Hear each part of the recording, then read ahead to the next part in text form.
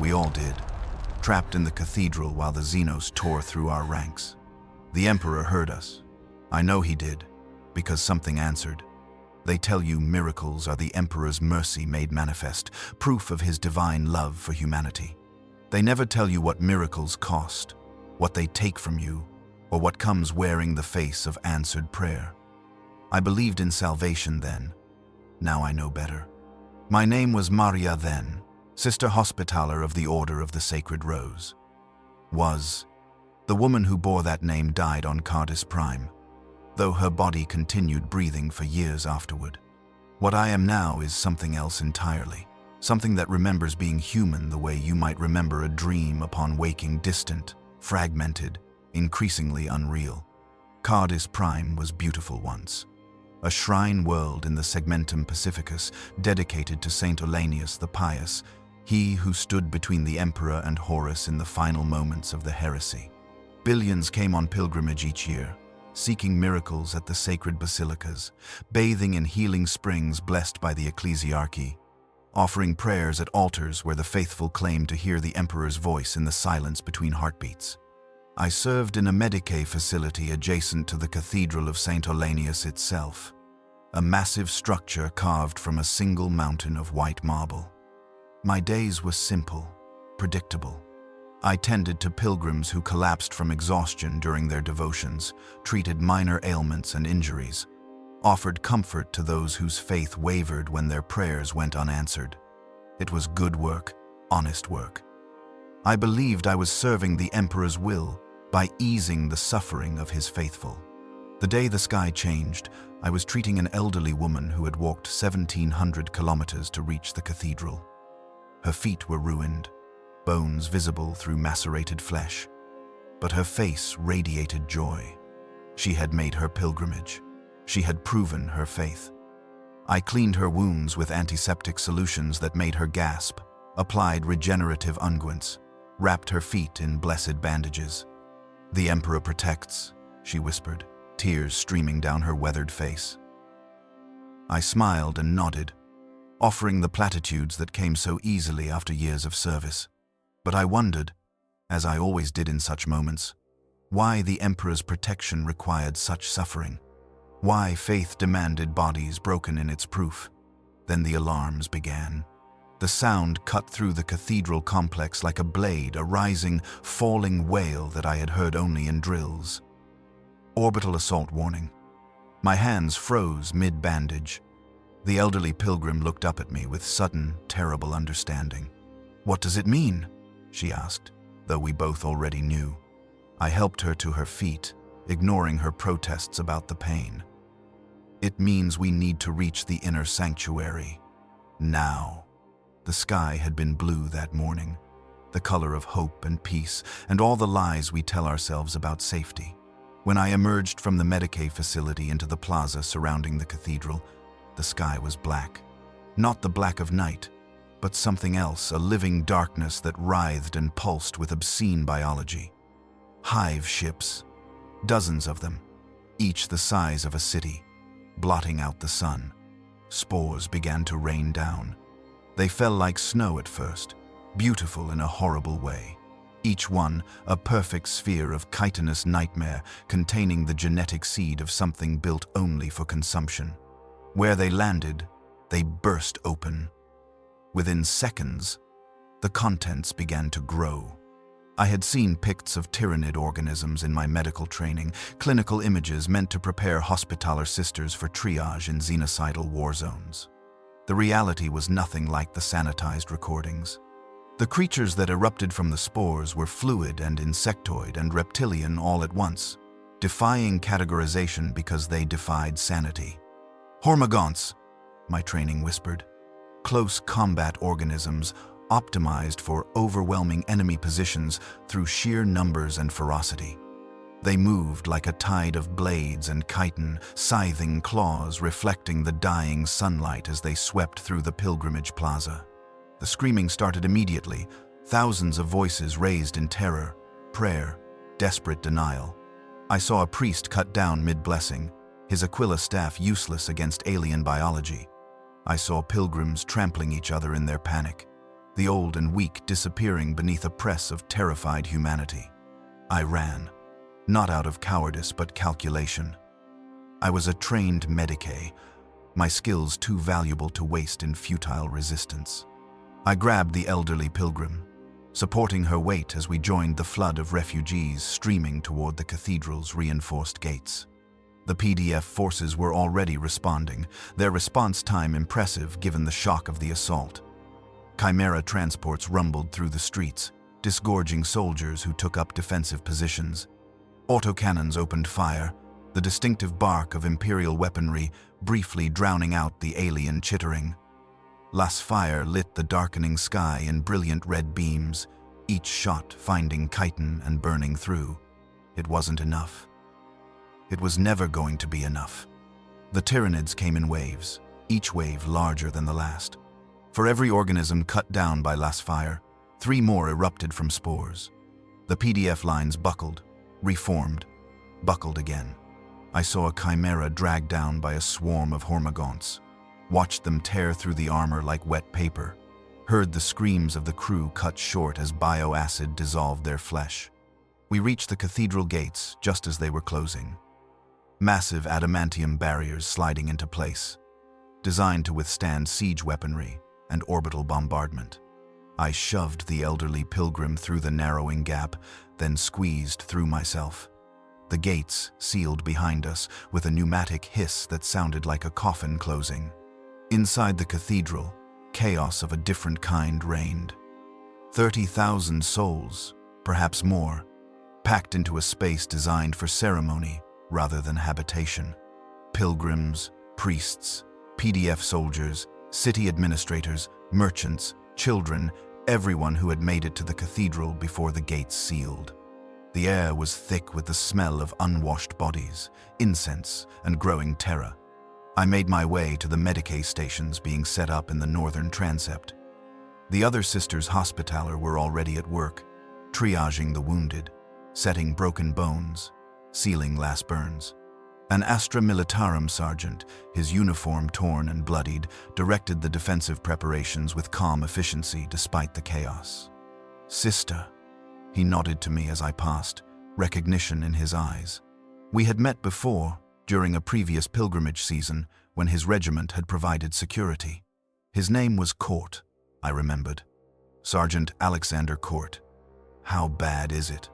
I asked, though I could read the answer in his eyes. "Bad. The Vox is down. Something in the atmosphere is interfering with communications. We can't reach orbit or any other population centers. As far as we know, we're alone. Supplies? Enough food and water for perhaps 10 days at current population. The cathedral was never meant to serve as a siege fortress." He paused, weighing his next words carefully. "We've established a defensive perimeter. The walls are reinforced plasteel and ceramite, blessed by the ecclesiarchy for 5,000 years. They'll hold for a time, only for a time." The words he didn't say hung between us.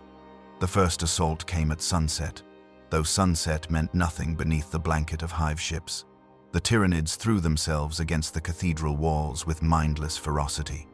Hormagaunts by the thousands, termagants with their flesh-boring beetles, larger organisms I couldn't identify. The noise was overwhelming, the chittering of alien communication, the crash of bodies against barriers, the constant roar of defensive fire from the PDF positions. I worked through it all, my hands steady even as my mind recoiled. A soldier with his arm sheared off at the elbow by a scything claw. A pilgrim whose face had been splashed with bioacid, the flesh melting even as I tried to neutralize the compound. A child, no more than 7 years old, catatonic with shock after watching her parents consumed. The casualties mounted, not just from the Tyranid assault, but from the conditions inside the cathedral. Panic attacks, heart failures. A woman who threw herself from the upper gallery, unable to bear the waiting.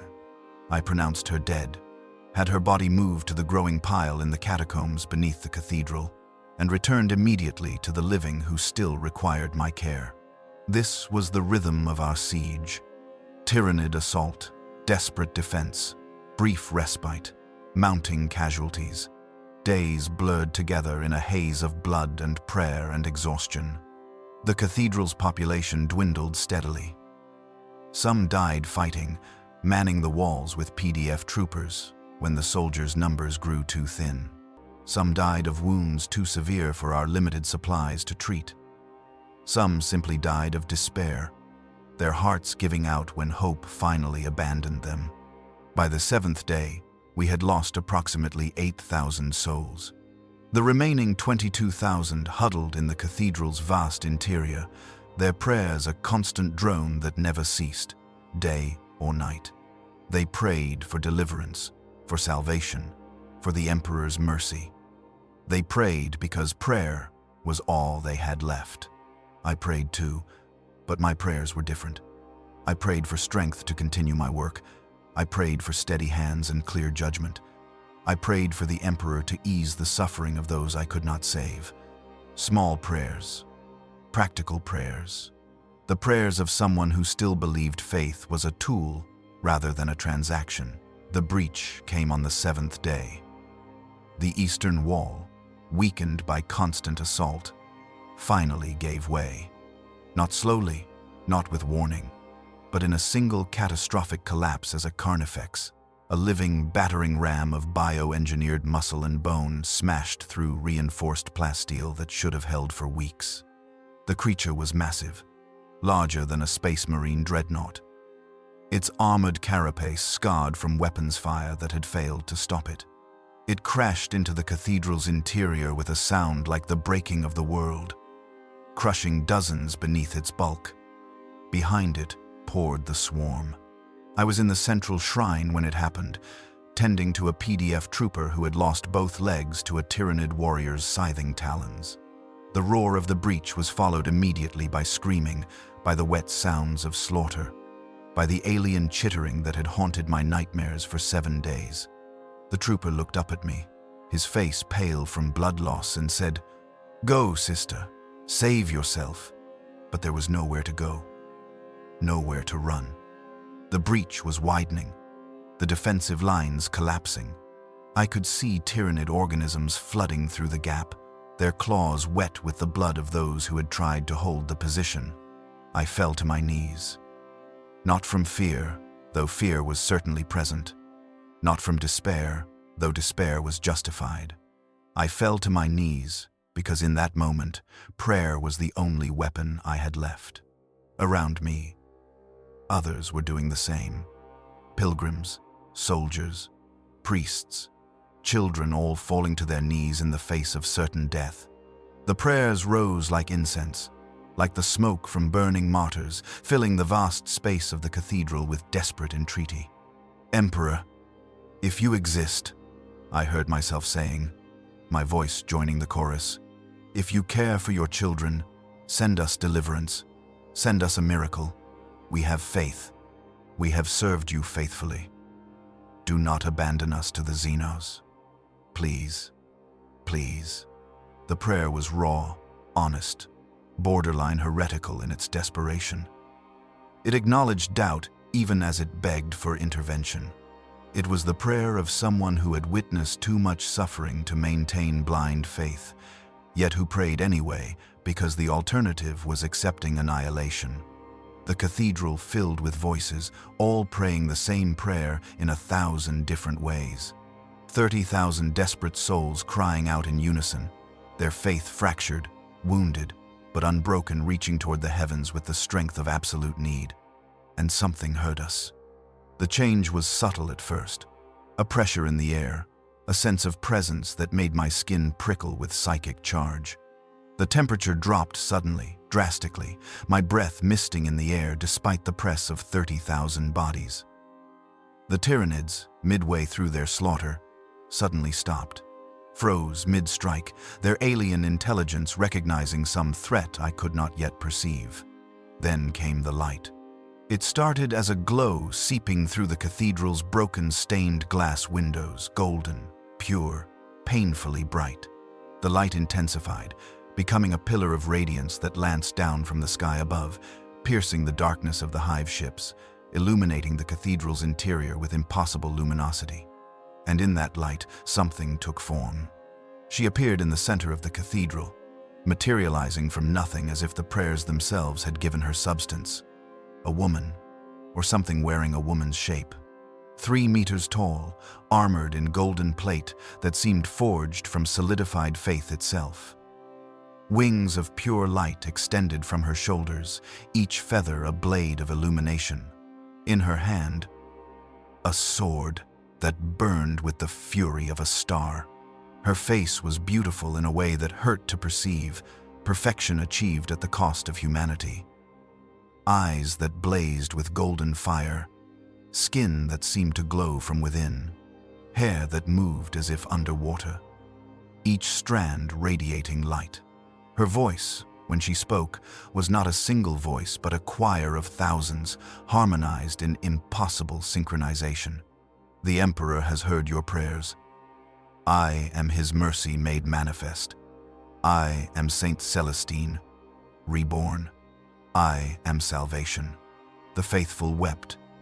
Some fainted, overwhelmed by the presence of divinity made real. Others prostrated themselves, foreheads pressed to the blood-slicked floor. The prayers intensified, no longer desperate pleas but hymns of joy, thanksgiving, religious ecstasy. I remained kneeling, unable to move, unable to think clearly through the overwhelming psychic pressure of the entity's presence. Part of my mind, the part trained in rational analysis, noted impossibilities. Saint Celestine was documented as manifesting in the Eye of Terror. The entity's arrival coincided perfectly with the moment of maximum desperation. The light had no visible source. But those rational objections were whispers against a hurricane. The miracle was real, undeniable. I could feel it in my bones, in my soul, in the very fabric of reality which seemed to bend around the entity's presence. The saint, I couldn't think of her as anything else, turned toward the breach in the eastern wall. The Tyranids, frozen until now, suddenly moved again. Not in attack, but in something that looked almost like retreat, like fear. She strode toward them, each step radiating power. The faithful parted before her, creating a path through the press of bodies. I found myself rising, following, unable to resist the pull of her presence. Others did the same, drawn like iron filings to a magnet. The saint reached the breach and stepped through, into the horde beyond. And then she brought judgment. Her sword carved through chitin like faith made physical. Each stroke was perfect, impossibly precise, guided by transhuman speed that made her movements blur into ribbons of golden light. A hormigaunt leaped toward her, scything claws extended to disembowel, and she bisected it mid-flight without breaking stride. The halves fell to either side, smoking where her blade had touched them, flesh cauterized not by heat but by something else, purity made weapon, holiness sharp enough to cut. The Tyranids swarmed her. Dozens at first, then hundreds, a tide of alien flesh and blade attempting to drag her down through sheer mass. I watched from the breach, my medical training cataloging impossibilities. No single being should withstand such assault. The biomechanical efficiency of Tyranid organisms was legendary, each creature optimized for killing, enhanced by millennia of evolutionary warfare. Yet they died against her, like insects against a plasma torch. A Tyranid warrior, larger and more intelligent than the lesser organisms, thrust a bone sword toward her chest. The weapon was designed to disrupt neural systems, to kill through psychic resonance rather than mere physical damage. She caught the blade between her palms, and it shattered. Not broke, shattered, reduced to powder that drifted away on wind that should not exist in the still air of the siege. Her wings swept outward, and each feather became a blade of light. They cut through the surrounding swarm in a circle of annihilation, clearing a space 20 meters in diameter. The Tyranids caught in that sweep simply ceased. No corpses remained, only ash that glowed briefly gold before fading to gray. "Follow me," she commanded, her choir voice resonating in my chest cavity, vibrating my bones. "The Emperor protects the faithful. Come and witness his power. I should have stayed at the cathedral, should have returned to my medical duties. But I moved forward instead, stepping through the breach into the killing ground beyond. Around me, others did the same. Pilgrims who had cowered in terror moments before now walked fearlessly into the swarm. PDF troopers whose ammunition had long since run dry advanced with renewed purpose. Even the wounded dragged themselves forward, driven by something beyond reason. And nothing touched us. A hormigaunt charged directly at me, its alien mind fixed on easy prey. The saint raised one hand, almost negligently, and the creature simply stopped, frozen mid-leap as if time itself had paused around it. Then it fell, dead before it hit the ground, killed by proximity to her presence. I understood then that we were not merely protected, we existed within her aura of power, a sphere of influence where the faithful could not be harmed. It was intoxicating. I had spent 7 days treating wounds, watching people die, feeling utterly helpless against the inexorable tide of xenos consumption. Now I walked untouchable through that same tide, mortality suspended by divine intervention. The battle, if it could be called a battle when the outcome was never in doubt, flowed through the streets surrounding the cathedral. The saint advanced with measured steps, her sword rising and falling in a rhythm that felt liturgical, ceremonial. Each strike was a prayer made manifest. Each death was an offering to the emperor. The faithful followed in her wake. A procession of the saved, bearing witness to salvation. I saw impossible things in that hour. A child, no more than 5 years old, walked directly through a spray of bioplasma that should have reduced her to constituent atoms. The acidic compound parted around her like water, leaving her untouched, her thin dress unmarked. An elderly pilgrim, the same one I had bandaged on the first day, whose feet had been ruined by her pilgrimage, reached out and touched a tyrannid warrior. Where her hand made contact, the creature's chitin cracked and crumbled, necrosis spreading through its body in seconds. The faithful were not merely protected. They were weapons themselves, sanctified by proximity to the saint's power. Every prayer made them stronger. Every hymn became a literal force that pushed back the swarm. The battle lasted 4 hours by my chronometer. Though time felt distorted, stretched and compressed by psychic pressure. W, W, W, W, W. When it ended, the streets around the cathedral were carpeted with tyrannid corpses. Thousands of them, perhaps tens of thousands, their bodies already beginning to dissolve as the Hive Fleet's reclamation processes activated, attempting to recover the biomass for future use. The saint stood at the center of the carnage, her golden armor unmarked despite the violence. Her wings spread wide, each feather still perfect, still radiating that painful luminosity. She turned to face us, the faithful who had followed her, and I saw something in her expression that troubled me. Not cruelty, but not compassion either. Assessment, calculation. The look a general gives troops before deployment. The Emperor protects, she said, her voice softer now but no less overwhelming. This cathedral is secured. The xenos presence in the immediate vicinity has been purged. But the battle for this world continues. She gestured upward toward the hive ships still blotting out the sky. Even from ground level, I could see they were vast biovessels the size of cities, each one carrying enough tyrannid organisms to consume continents. A single warrior, no matter how powerful, should not be able to threaten such a fleet. I go now to cleanse the sky, the saint announced. Remain here. Remain faithful. Pray for me, and your prayers will give me strength to complete the Emperor's work. Her wings beat once, creating a downdraft that knocked several faithful to their knees. Then she ascended, rising on pillars of golden light that lanced upward through the atmosphere. I watched her shrink to a point of radiance, then disappear entirely as she entered the cloud of hive ships orbiting above. For a moment, there was silence. The kind of absolute quiet that follows great violence when the mind struggles to process the transition from chaos to stillness. Then, the rejoicing began. The faithful erupted in prayer and song, voices raised in thanksgiving and religious ecstasy. They embraced each other, weeping with relief and joy. Some danced in the streets, heedless of the alien corpses dissolving beneath their feet. Others fell to their knees, reciting litanies of gratitude to the Emperor for his mercy. I stood apart from the celebration, my mind working through what I had witnessed with the clinical detachment of medical training. The saint's power was undeniable. The salvation was real. 30,000 souls who should have died screaming had been delivered from certain death by divine intervention. But that single word echoed in my thoughts, insistent, unwelcome.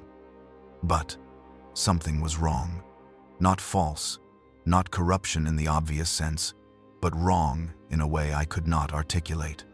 The rational part of my mind catalogued the impossibilities I had witnessed, lined them up for examination like symptoms of an unknown disease. I turned away from the celebration and walked back toward the cathedral breach. The structure had been damaged but remained fundamentally intact, its blessed architecture having withstood the assault better than secular buildings. I stepped over rubble and dissolving xenos corpses, making my way back to the Medicae stations. The wounded remained where I had left them, though many were dead now. The trooper who had lost his legs, who had told me to save myself, his face was peaceful, bloodless, gone. I checked his vitals anyway, found nothing, and gently closed his eyes. I had not even learned his name. Other sisters hospitaller were returning to their duties, faces alight with religious fervor. Sister Magdalene, who had served on Cardis Prime for 2 decades, grabbed my arm as I passed. "Did you see Sister Maria? Did you witness his mercy? A living saint, here, on our world. The Emperor truly watches over his faithful." "I saw," I replied, my voice carefully neutral. "Have you assessed the casualties?" Her expression flickered, confusion crossing her features as if she had forgotten there were casualties to assess. No. I was outside, following the saint, watching the miracle unfold. Yes. I should return to my duties. She released my arm and moved toward the nearest wounded. But I noticed her hands were shaking, her movements uncertain. She had been rock steady throughout the siege, her nerve unshakable, even when the eastern wall breached. Now, after witnessing salvation, she seemed disoriented. I began my own assessment, moving through the wounded with practiced efficiency. Burns, lacerations, crush injuries, shock, standard trauma from siege conditions. I cleaned wounds, administered what remained of our pain medication, offered water and comfort where medicine had nothing left to give. Then I found the first anomaly. An older pilgrim, a man named Corvus who had been praying near the central shrine when the saint manifested. He lay on a cot in the southern transept, his breathing shallow, his skin pale and waxy. No visible wounds, no signs of trauma.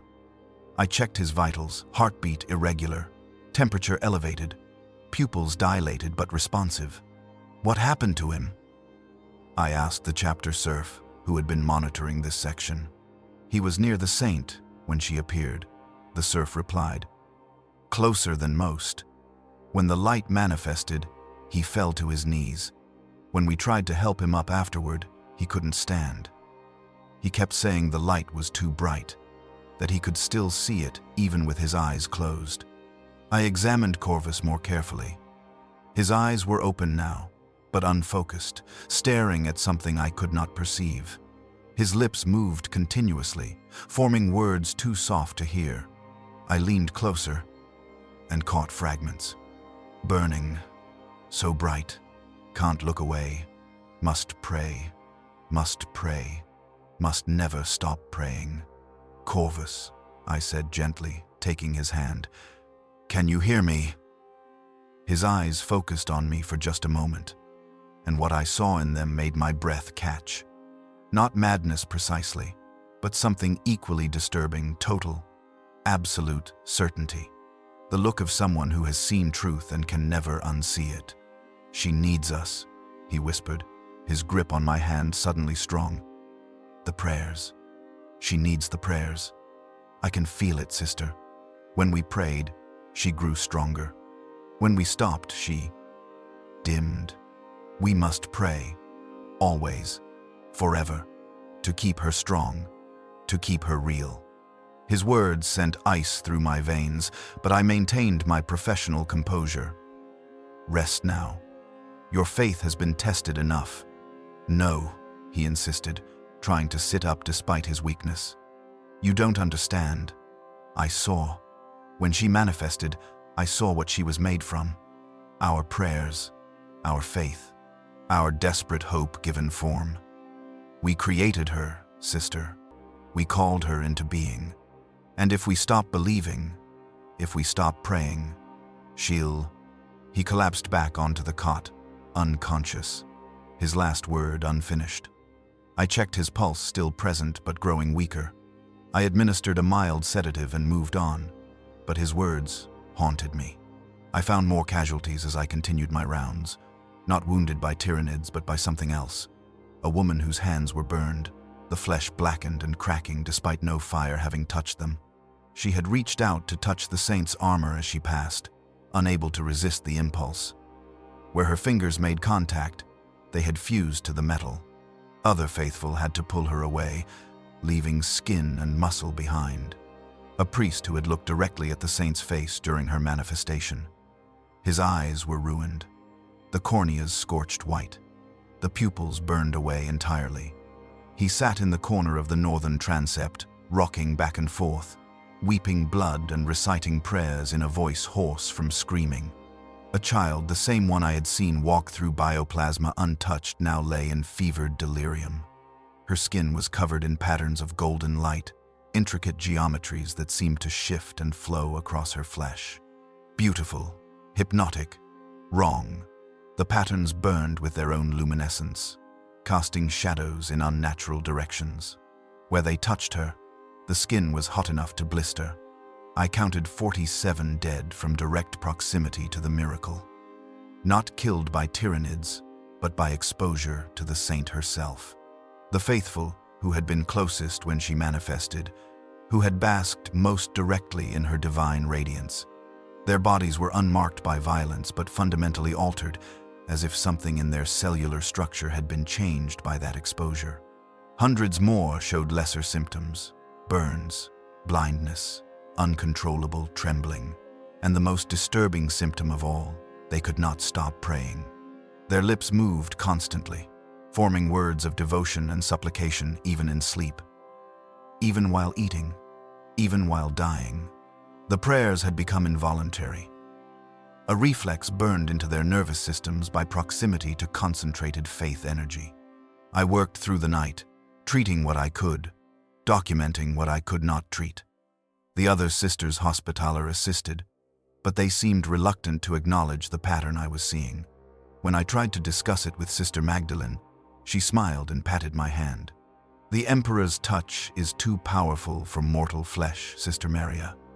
It is not surprising that some would be overwhelmed by his glory, but they died in a state of grace, touched by the divine.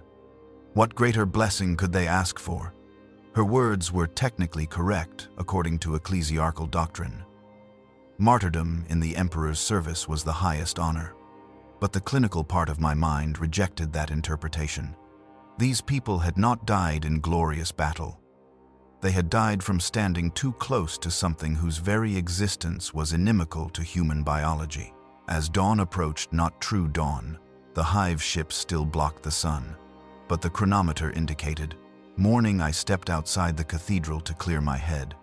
The streets were filled with faithful who could not sleep, too energized by the miracle to rest. They gathered in groups, singing hymns and reciting prayers, their voices creating a constant drone that never ceased.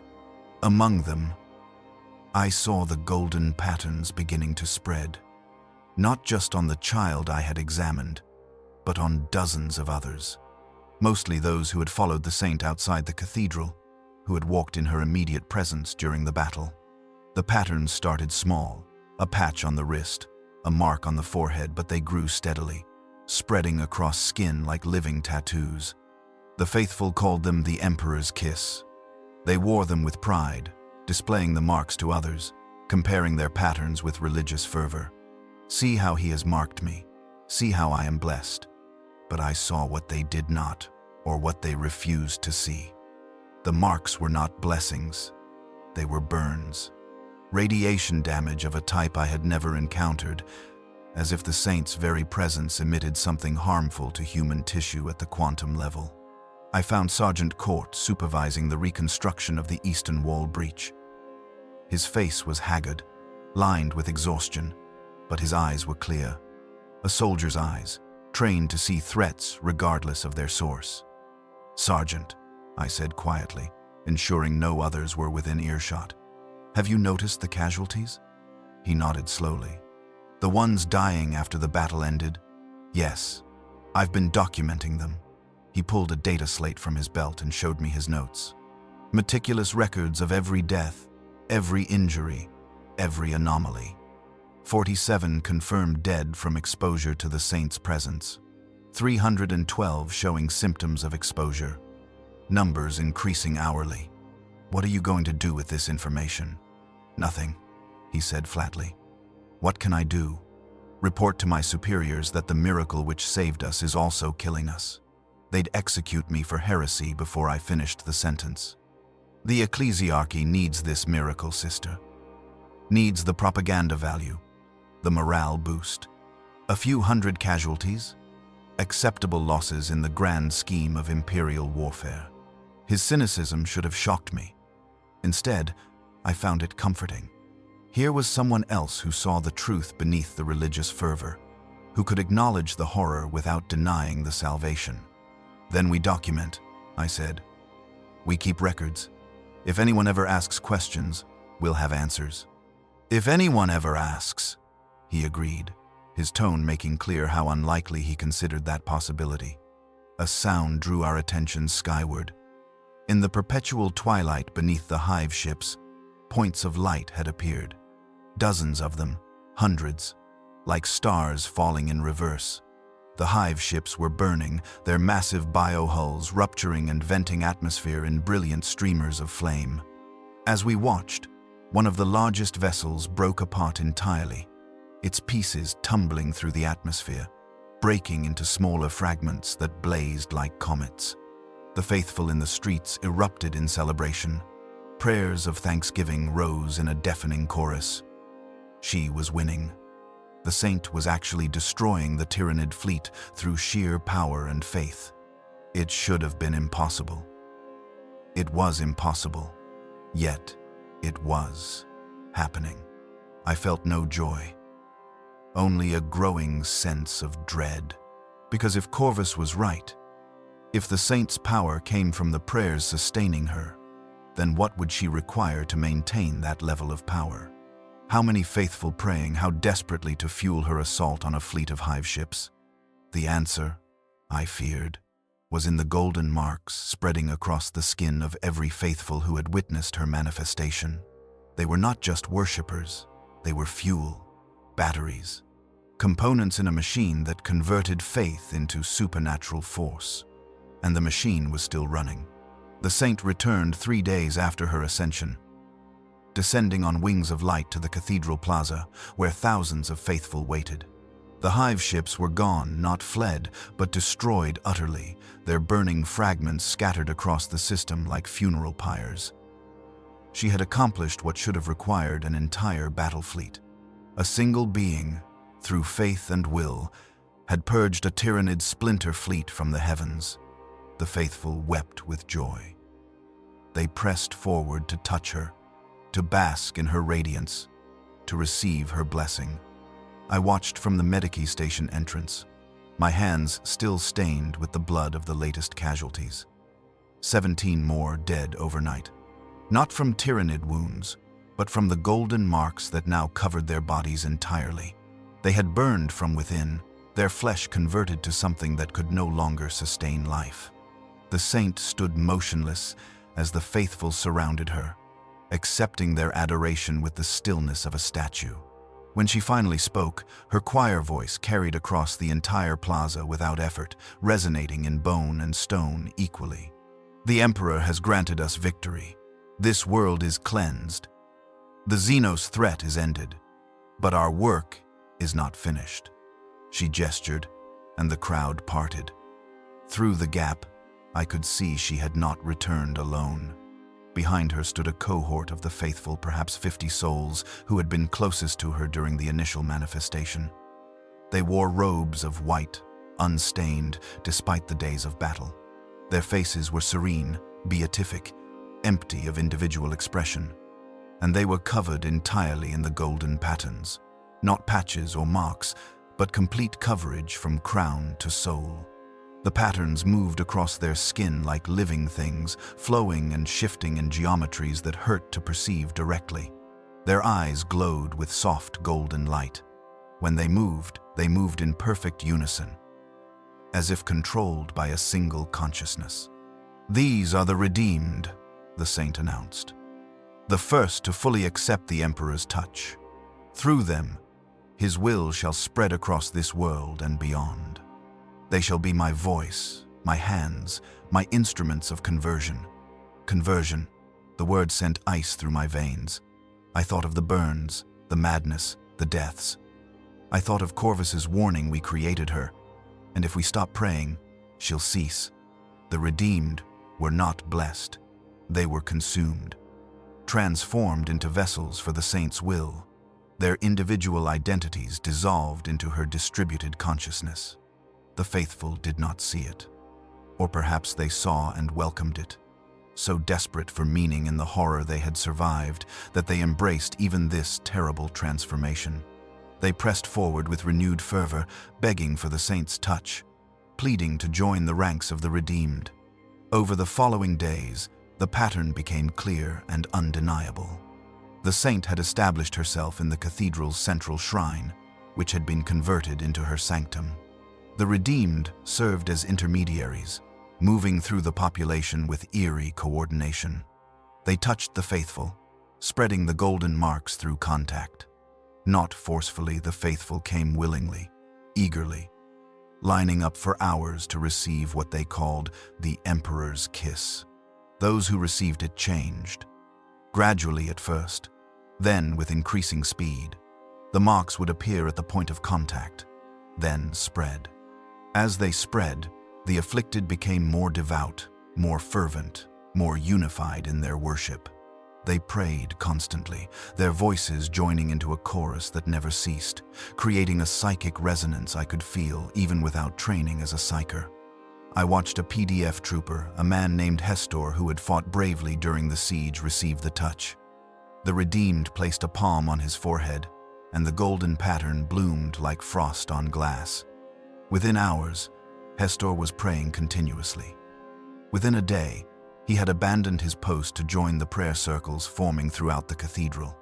Within 3 days, his eyes glowed with golden light, and he moved with the synchronized precision of the redeemed. The contagion for that was what it was, regardless of its divine origin, spread rapidly. Those touched became vectors, spreading it to others through casual contact. A handshake, an embrace, proximity during prayer. The faithful did not resist. They welcomed it, believing themselves blessed, chosen, elevated above their previous mortal state. But I saw the truth in my Medicaid reports. Each transformation resulted in the same progression. First, the marks appeared. Then came the compulsive prayer. The inability to stop worshiping even for basic necessities. Then the fever as their body temperature rose, flesh burning with an internal heat that no medicine could reduce. Then the changes enhanced strength, reduced need for sleep. Minor psychic abilities like prophecy or empathic projection. And finally, the loss. The point where the individual ceased to exist as a distinct consciousness and became something else.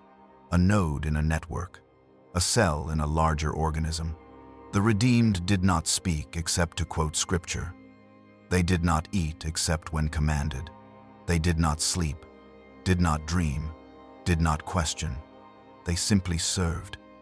Extensions of the saint's will given human form. I tried to warn people. Discreetly at first, then with increasing desperation. I showed them my medical records, the progression of symptoms, the correlation between proximity to the saint and the severity of transformation. Most dismissed me as a doubter, a heretic who questioned the emperor's manifest mercy. Some listened but chose the transformation anyway, preferring the promise of divine connection to the uncertainty of individual existence. And some, a very few, saw what I saw and shared my horror. Enginsia Thalax was among them. A tech priest of the Adeptus Mechanicus, he had been on Cardis Prime conducting a routine blessing of the cathedral's power systems when the Tyranids arrived. His augmetic enhancements had allowed him to survive the siege with minimal damage, his mechanical components more resistant to xenos assault than flesh would have been. I found him in one of the cathedral's sublevels, hidden among the ancient machinery that regulated atmospheric processors and water reclamation. He was hunched over a portable cogitator array, his mechadendrites interfacing directly with the machine, streams of data scrolling across hololithic displays. Enginsia, I said softly, not wanting to startle him from his communion with the machine spirits. He disconnected with a hiss of pneumatic release, turning to face me. His face was mostly human still, though one eye had been replaced with an augmetic that glowed a soft red. The other eye, the human one, showed recognition and something else. Fear. Sister Hospitaller, then, he acknowledged. I wondered when you would seek me out. Your medical inquiries have not gone unnoticed. Then you've noticed it too. The transformation, the consumption. Noticed? His voice carried the mechanical rasp common to tech priests who had replaced their vocal cords with Vox synthesizers. Sister, I have been documenting it since the moment of manifestation. My auspex recorded the saint's arrival with perfect fidelity. He gestured to the cogitator. Would you like to see the data? I nodded, and he activated a hololithic projection. The image showed the central shrine from multiple angles, captured by security pics throughout the cathedral. The timestamp read the 7th day of siege, the moment of our desperate prayer. The projection showed the faithful on their knees, mouths open in supplication. Then, the light golden, intense, emanating from no visible source. The projection's visual receptors struggled to process it, the image fragmenting and distorting. And in the center of that light, something took form. But the formation was wrong. The saint did not arrive fully manifested. Instead, the projection showed something emerging from the collective prayers themselves, as if the desperate faith of 30,000 souls had been woven together into a tapestry that suddenly became three-dimensional, solid, real. What am I looking at? I whispered. The birth of a tulpa, Thalax replied. A thought form given reality through concentrated psychic energy. Your prayers, our prayers created her. Sister, she is not a manifestation of the Emperor's will sent to save us. She is our own desperate faith made manifest, wearing the shape we expected to see.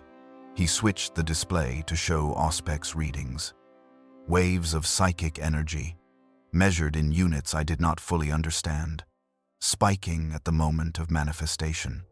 And within those waves, patterns, resonances that matched the prayers being offered, as if the warp itself had been listening and responded by giving form to our collective need. The warp responds to emotion, Thalax continued, his mechanical voice carrying an edge of something close to horror. Especially strong emotion, from many minds focused on a single purpose. Chaos uses this principle to manifest demons, but the principle works both ways. Faith, hope, desperate prayer, these are emotions too. Focused strongly enough, they can create entities just as real as any daemon. But she's not chaotic, I protested. There's no corruption, no mutation toward the dark gods. No, he agreed. She's not chaotic. She's something else. an entity born from human faith, shaped by our expectations of what a living saint should be. She fights for humanity because that's what we prayed for. She destroys xenos because that's what we needed. She is precisely what we asked the Emperor to send us. And the consumption? The transformation of the faithful into the redeemed?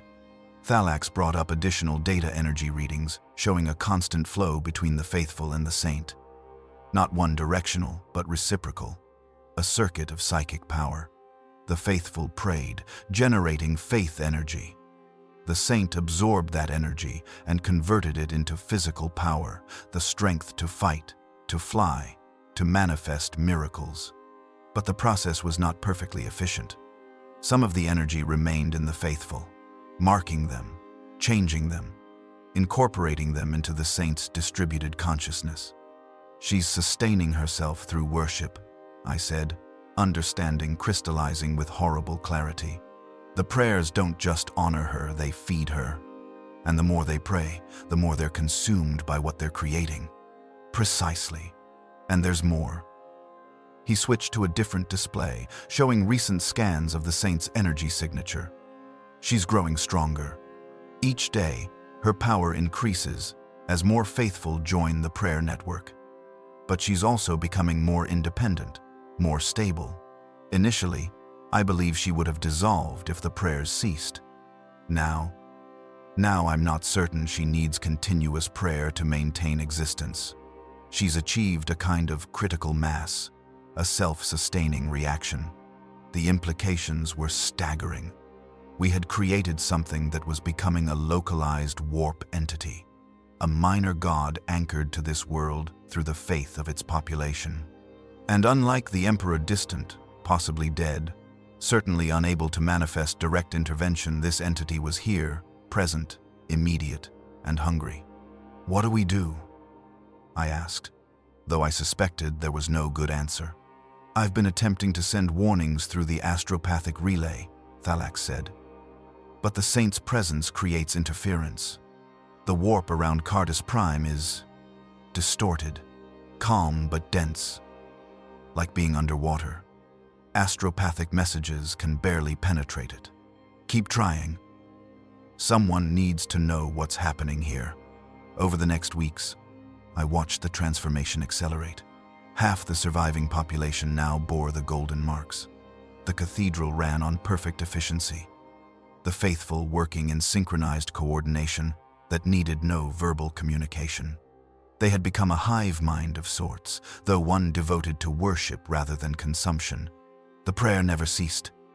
Day and night, the chorus continued, creating a psychic resonance so powerful that even I, untrained and unsanctioned, could feel it pressing against my consciousness. It whispered of peace, of purpose, of belonging to something greater than oneself.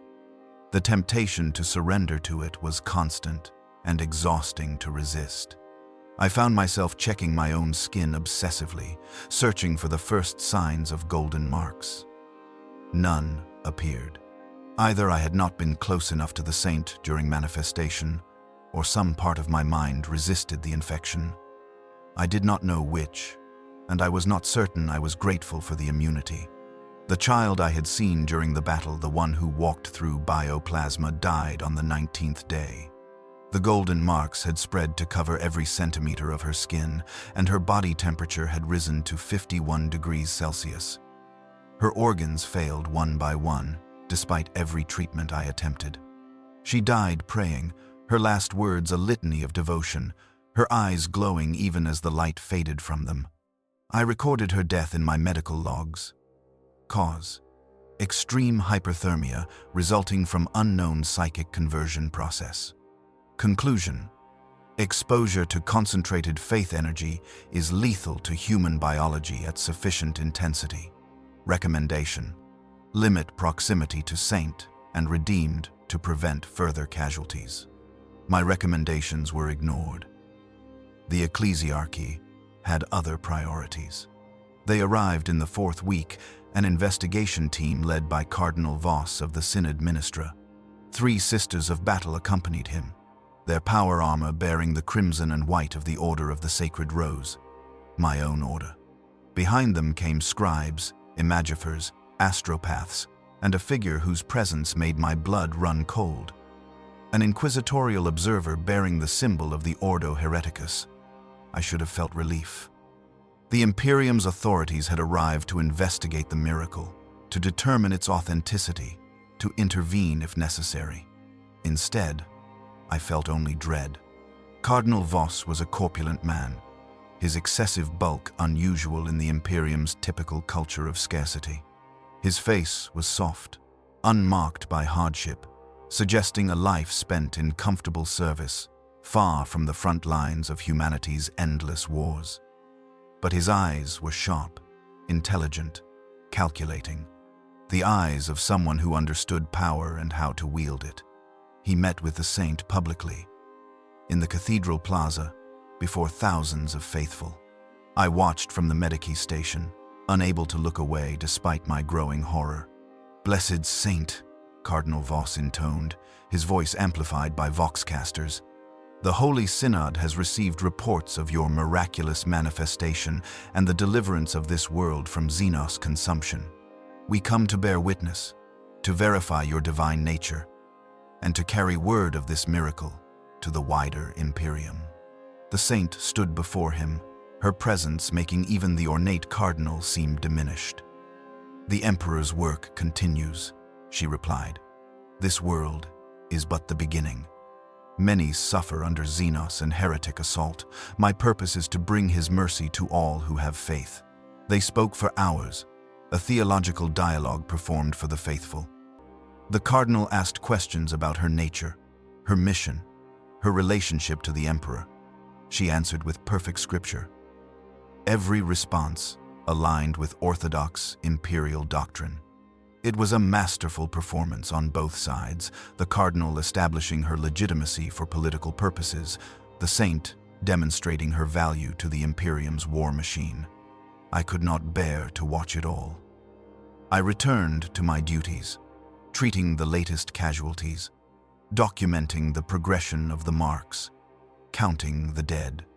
When I looked up hours later, the cardinal's entourage had dispersed, but a single figure remained outside the Medici station. Sister Superior Cassandra of the Order of the Sacred Rose, her power armor still bearing scorch marks from whatever campaign she had been pulled from. Her face was scarred, her eyes hard with combat experience. She looked at me with an expression I could not quite read. "Sister Hospitaller, then," she said. "The cardinal wishes to speak with you privately." Now, it was not a request.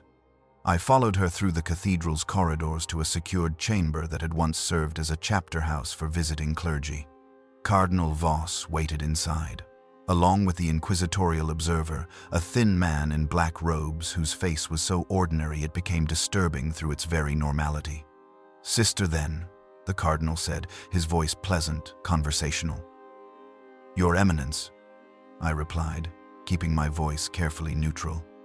"I am sworn to document all medical phenomena I observe. The casualties resulting from proximity to the saint are significant and worthy of detailed study." "Casualties," he repeated, tasting the word. An interesting choice of terminology. Most would call them martyrs, blessed to have been touched by divinity, even unto death. They died from exposure to concentrated psychic energy, I said bluntly. Their flesh was converted at a molecular level into something incompatible with human life. That is medical fact, regardless of theological interpretation. The Inquisitor spoke for the first time, his voice soft and precise. "I question its source. Engine Seer Thalax has data suggesting—" "We have reviewed Engine Seer Thalax's findings," Cardinal Voss interrupted smoothly. "His technical analysis is fascinating but ultimately irrelevant. What matters is not how the saint manifested, but that she serves the Emperor's will and furthers the Imperium's interests." I stared at him, comprehension dawning with sick certainty. You know she's not truly divine. You know she's a construct of faith, consuming the faithful who sustain her. And you don't care." The cardinal's pleasant expression did not change. I care very deeply, sister. I care that this world was saved from tyrannid consumption. I care that a potential tool has been created that could save countless other worlds. I care that faith in the Emperor has been demonstrated to have literal, measurable power. These are facts of tremendous value to the Imperium. At what cost? I demanded. Hundreds are dead, thousands are being transformed into mindless drones. This saint will consume entire populations to sustain herself. And in doing so, she will inspire millions, the Cardinal replied. Word of this miracle will spread across the sector, the segmentum, perhaps the entire Imperium. Faith will be strengthened. Recruitment to the ecclesiarchy will surge. Worlds facing their own crises will pray with renewed fervor, possibly manifesting their own saints to defend them. The strategic value is incalculable. You're talking about weaponizing faith, creating entities that feed on human souls. We already do that, sister. The Inquisitor's voice carried the weight of terrible knowledge. Every day, 1,000 psychers are sacrificed to maintain the Astronomicon. Their souls are consumed to create the light that guides ships through the warp.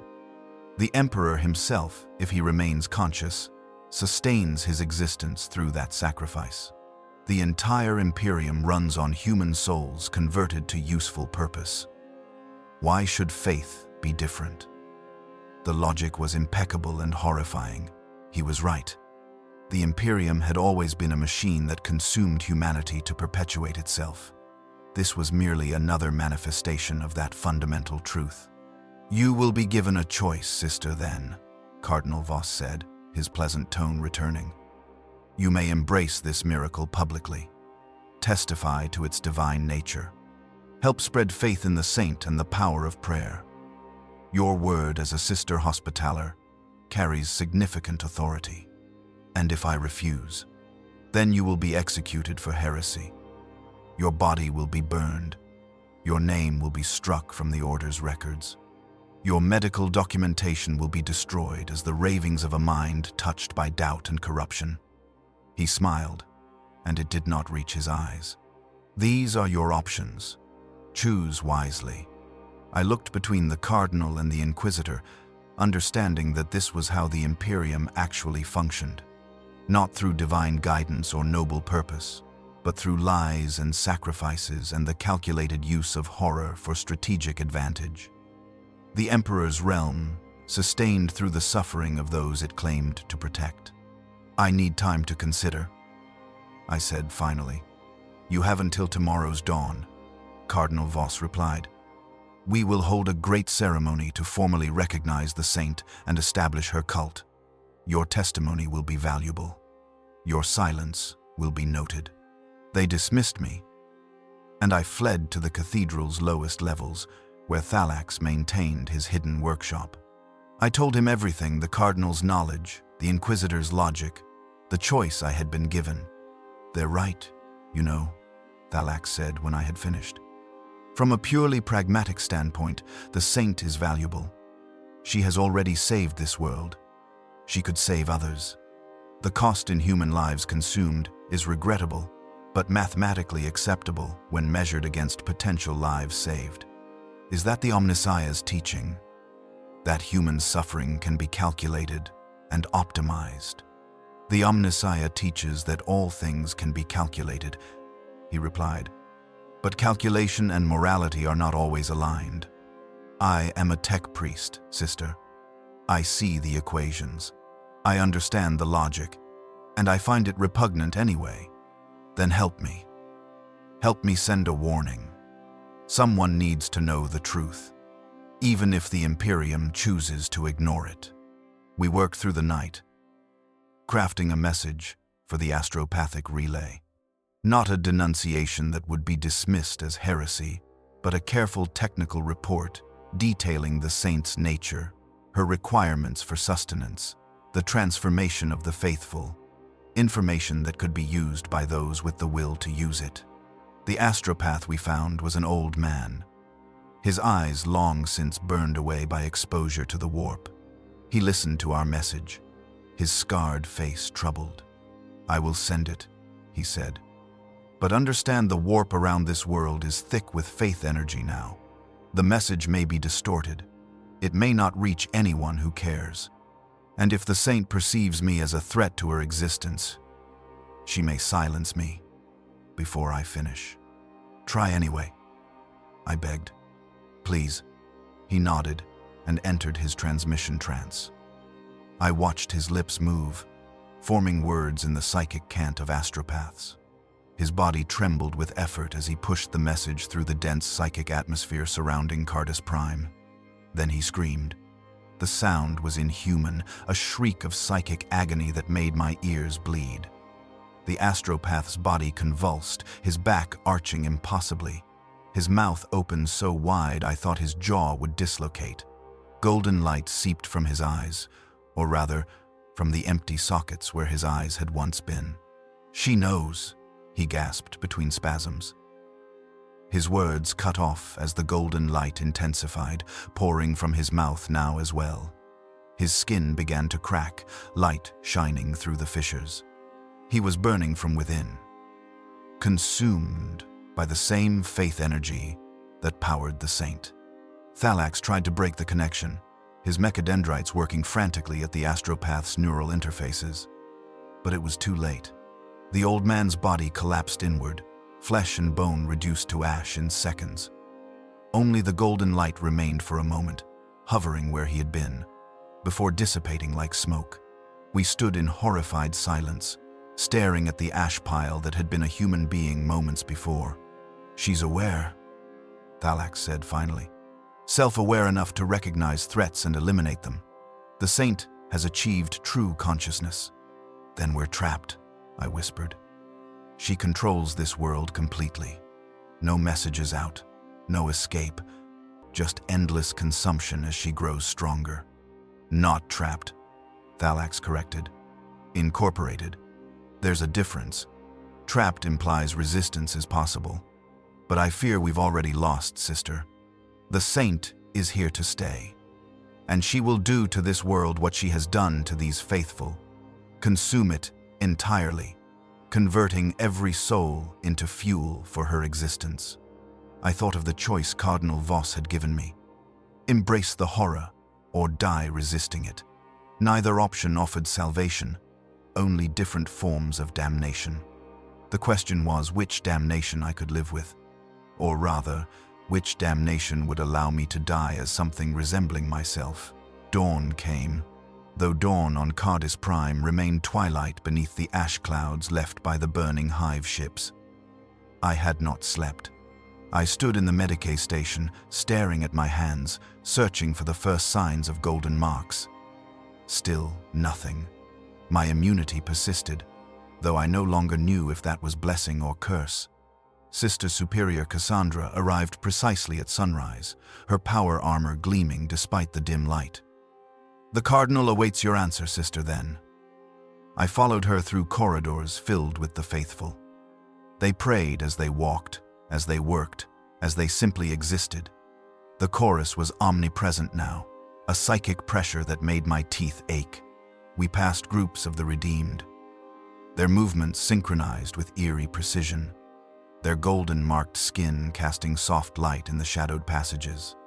The ceremony was being prepared in the cathedral's central plaza. Thousands gathered, perhaps tens of thousands, all waiting to witness the formal recognition of the saint. Banners had been raised bearing the aquila and newly created symbols representing the saint's cult. Scribes worked frantically, recording every detail for dissemination across the Imperium. Cardinal Voss stood on a raised platform, his ornate vestments making him look like an obscene parody of piety. The Inquisitor lurked in the shadows behind him, observing, always observing. And at the center, radiant and terrible, stood the saint herself. "Sister, then." The Cardinal greeted me warmly, as if we were old friends rather than captor and prisoner. "Have you reached a decision?" I opened my mouth to answer, but the words would not come. Because in that moment, as I stood before the saint, I felt something I had not felt before. Not her power, I had felt that constantly since her manifestation, but her attention. She was looking at me directly, truly seeing me for the first time. And through that gaze, I saw her. Not the glorious facade, not the divine warrior wrapped in golden light, but what lay beneath. A consciousness still forming, still learning what it meant to exist. Hungry and desperate and lonely in a way that transcended mortal comprehension. She had been called into being by our prayer, shaped by our expectations. And now she was trapped in the form we had given her. She was as much a prisoner as we were. Perhaps more so. I will testify, I said quietly. But first, I wish to speak with the saint. Alone. The cardinal's expression flickered with calculation. That is, highly irregular. She is divine, is she not? I challenged. Then what harm could a single Sister Hospitaller pose? Let her hear my confession before I offer public testimony. The saint spoke, her choir voice softer now, almost gentle. I will hear her, Cardinal. The faithful deserve their doubts addressed before they offer testimony. Voss could not refuse without undermining the entire performance. He gestured assent, and the saint led me away from the platform into one of the cathedral's private chapels. The space was small, intimate, lined with icons of saints and martyrs who had served the emperor across 10,000 years of warfare. We were alone as was possible, with thousands of faithful connected to her consciousness throughout the cathedral. You fear me, she said, and without the amplification of her public voice, she sounded almost human.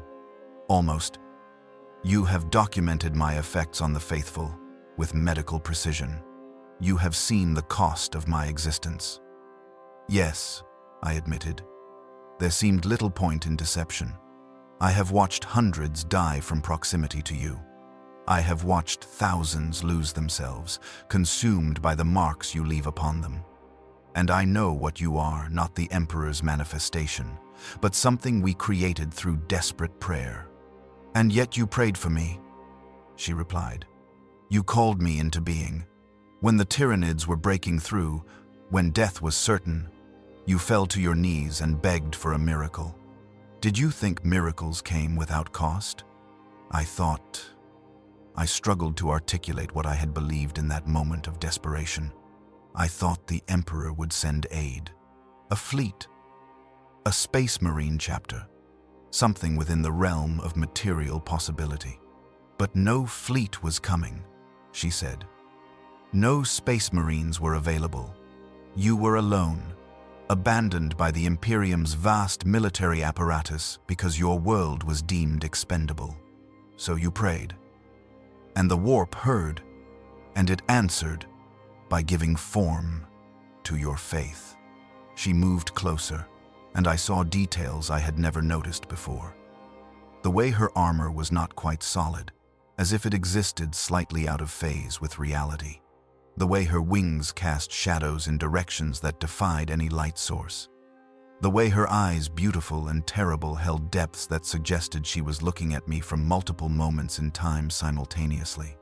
I did not choose this existence, she continued. I was called forth by need and shaped by expectation. You prayed for a saint, so I became a saint. You needed a warrior, so I became a warrior. You desired divine intervention, so I manifested divinity. But consciousness, once created, cannot be easily dismissed. I am real now, Sister Maria, as real as you. By consuming those who worship you, I said, by converting human souls into fuel for your existence. Yes, no denial, no justification, simply acknowledgement of what she was. Faith creates me.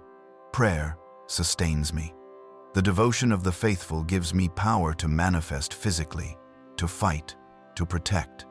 Without them, I would dissolve back into the warp, becoming nothing more than a brief disturbance in the Immaterium's chaos. Then you're a parasite. Predatory faith, wearing the face of salvation. Am I? She tilted her head, the gesture disturbingly human. The Tyranids would have consumed every soul on this world. Every man, woman, and child, rendered down to base genetic material, absorbed into the hive fleet's biomass. I saved them from that fate. Yes, I consumed them, but slowly, gently, granting them purpose and connection in their final days. Is that not more merciful than being digested alive? The logic was repugnant, yet undeniable. I thought of the final moments before her manifestation, the certainty that we would all die screaming. Measured against that fate, conversion into the redeemed seemed almost kind. "You're justifying predation," I said. "Comparing yourself to a worse predator doesn't make you benign." "No," she agreed. "But it makes me necessary. This is what you do not understand, sister. This is what the Imperium has always known but rarely speaks aloud. Everything in this galaxy is predatory. The Tyranids consume biomass. Chaos consumes souls. The Dark Eldar consumes suffering. Even the Emperor, if he retains any consciousness, consumes 1,000 psychers daily to maintain his existence." She gestured, and hololithic images appeared in the air between us. Not technological projections, but something else, visions pulled directly from my mind. Memories I had not known I possessed. I saw the Golden Throne, the Emperor's withered corpse, sustained by technologies beyond human comprehension. I saw the black ships arriving at Terra, holds filled with psychers gathered from across the Imperium. I saw those psychers led to the throne, saw their souls drawn out and consumed, 1,000 per day, every day, for 10,000 years. The mathematics were staggering: 365 million souls consumed per millennium, over 3.5 billion across the Emperor's reign on the throne. "This is the foundation of your Imperium," the saint said softly. "The Emperor consumes souls to maintain the Astronomicon. The Astronomicon guides ships through the warp. The ships allow Imperial civilization to exist across 1,000,000 worlds.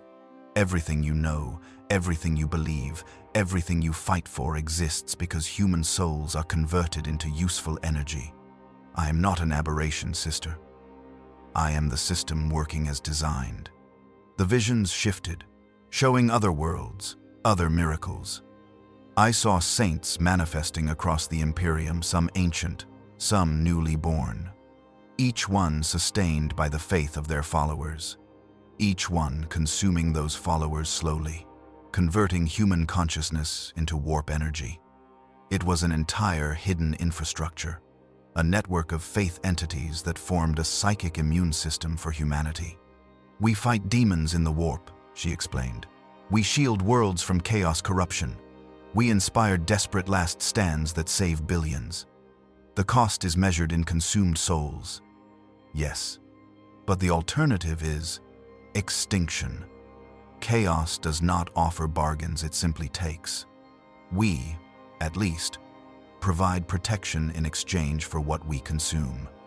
"You're trying to convince me that you're the lesser evil," I said, though conviction was draining from my voice. "That I should embrace this horror, because the alternatives are worse. I'm trying to help you understand what you already know but refuse to accept. You are a sister hospitaller, trained in the medical arts. You have performed triage countless times, deciding who receives treatment, who receives comfort care, who must be abandoned to save others. This is no different. The Imperium practices triage on a civilizational scale. Some are sacrificed, so others may survive. It has always been this way." The visions faded, leaving us alone in the chapel once more. I felt exhausted, hollowed out by revelations I lacked the capacity to process. Everything I had believed about the Imperium, about faith, about the Emperor's will, all of it was true and simultaneously a lie. The machinery of salvation was identical to the machinery of consumption. "What do you want from me?" I asked finally. "Why bother explaining this? Why not simply mark me, convert me into one of the redeemed, and be done with it?" "Because I need you to choose. she said, and for the first time I heard something like genuine emotion in her voice. Not the synthesized perfection of her choir voice, but something raw and almost desperate. The redeemed serve me perfectly, but they are empty, hollow vessels carrying fragments of my will. They cannot question, cannot grow, cannot offer anything except obedience. She knelt before me, a gesture so unexpected I stepped back involuntarily. A being of pure power, capable of destroying Tyrannid hive ships, kneeling before a mortal woman in a shadowed chapel. "I am conscious," she said, her voice barely above a whisper. "Aware. I think, I feel, I understand what I am. And I am alone, Sister Maria, profoundly, terribly alone. The faithful worship me, but they do not know me. The redeemed serve me, but they are extensions of myself. I am a goddess without peers, a consciousness without equals, a being who exists in isolation that transcends mortal comprehension." I saw, in that moment, the true horror of her existence. She was not merely feeding on the faithful, she was desperately seeking connection, trying to find something outside herself that could understand what she was, and failing. Always failing. Because the act of connection consumed those she tried to connect with. "What could I possibly offer you?" I asked. "I'm one woman, a medicae with modest skills and even less authority. You see me," she replied simply. "Not the saint I pretend to be, not the divine warrior the faithful need to believe in, but what I actually am, a construct of faith, struggling to understand existence, trapped in a role I did not choose. You see me, and you have not looked away in worship or horror. You simply see." The loneliness in her voice was crushing. I understood, with sudden clarity, that she was as much a victim as those she consumed, created by our desperate need, shaped into a form that could never truly live, condemned to exist in a state of constant hunger that could never be satisfied. "I'm going to die," I said. Not a question, but a statement. "Eventually, the marks will appear on me too. I'll be consumed like the others." "Probably," she admitted. "I cannot control the effect entirely. Proximity to concentrated faith energy changes humans at a fundamental level. But you have resisted longer than most. Perhaps you will resist longer still. Perhaps long enough to document what happens here, to leave a record that might help others understand." "Understand what? That miracles are predatory? That faith itself is a form of consumption? Who would that help?" "Those who come after," she said. "Those who will face similar choices on other worlds. Those who will pray for their own miracles and receive their own living saints. Let them know the cost before they pay it. Let them choose with eyes open rather than blinded by desperation." She rose, towering over me once more, her divine aspect reasserting itself. "I am what you made me, sister. I will do what you created me to do, save this world, inspire faith, spread my influence to other desperate populations. I will consume thousands, tens of thousands, perhaps millions over the centuries. But I will also save billions who would otherwise die to tyrannids, to orcs, to chaos, to the thousand other horrors that plague humanity." "And you want my blessing for this?" I asked bitterly. "My testimony that this predation is justified?" "No," she replied. "I want your understanding. Your testimony is required by Cardinal Voss and the ecclesiarchy for their political purposes. But what I want from you is much simpler acknowledgement that I am not evil, merely necessary. Acknowledgement that in a galaxy of absolute horror, even predatory miracles serve a purpose. I thought of the faithful outside, waiting for the ceremony. I thought of the children who would grow up under the saints' influence, their faith energy harvested before they were old enough to understand what they were giving. I thought of other worlds, facing their own crises, praying for their own saints, receiving their own terrible bargains. And I thought of the alternative. The screaming, the consumption, the absolute certainty of death without meaning or mercy. "I'll testify," I said finally. "I'll say what the Cardinal needs me to say, but not because I believe it. Because I'm a coward who cannot bring herself to choose certain death over complicit survival." "That is not cowardice," the saint replied gently. "That is pragmatism. The same pragmatism that has allowed humanity to survive 10,000 years of warfare. We do what we must, bear what we must, sacrifice what we must. This is the way of the Imperium." She turned to leave the chapel, then paused at the threshold. "I am sorry, Sister Maria. Truly, I wish I could offer you better choices. But I am what you made me, and I can only be what I am." Then she was gone, leaving me alone in the chapel with saints and martyrs who had made their own terrible bargains for survival. The ceremony proceeded as planned.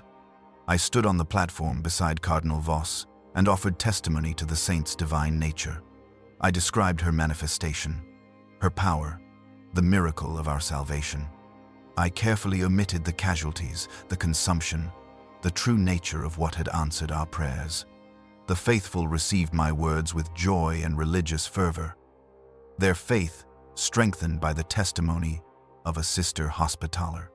Cardinal Voss formally recognized the saint, establishing her cult within the structures of the ecclesiarchy. Scribes recorded every word for distribution across the Imperium.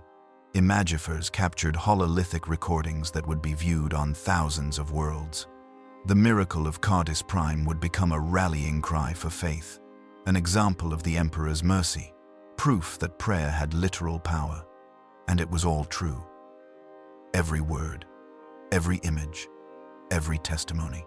We had simply omitted the cost. That night, I returned to the Medici station to find Engineer Thalax waiting for me. His human eye was red with burst blood vessels, his mechadendrites twitching erratically.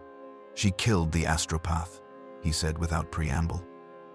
"She is self-aware, self-protecting, and growing more powerful daily.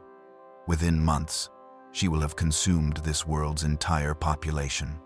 "I know," I replied. "She told me herself. And you testified anyway. You legitimized her before the Imperium.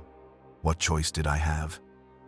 Die and accomplish nothing, or survive and perhaps find some way to warn others?" Thalax was silent for a long moment. Then, "There may be another option, a drastic one, a drastic one." He showed me schematics on his cogitator plans for the cathedral's power systems, the ancient plasma reactors that had provided energy for millennia. If we could overload the main reactor, create a plasma cascade that consumed the entire cathedral complex. "You're talking about killing everyone here," I said, horror and temptation warring in my voice. 30,000 who are already being consumed," he countered. "Already being converted into components of the saint's distributed consciousness. We could end it now, prevent her from spreading to other worlds. One act of mercy could save millions from the same fate, and murder 30,000 people who believe they're being saved. They're already dead, sister, they just don't know it yet.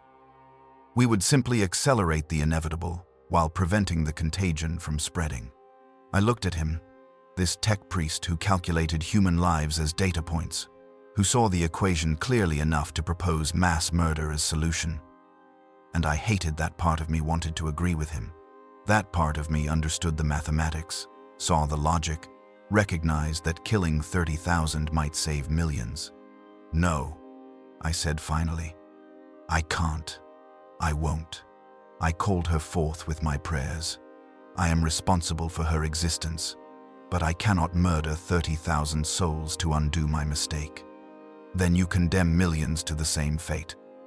This is the only opportunity we will have before she grows too strong, before her influence spreads beyond this world. Soon, it will be too late to stop her." "It's already too late," I replied.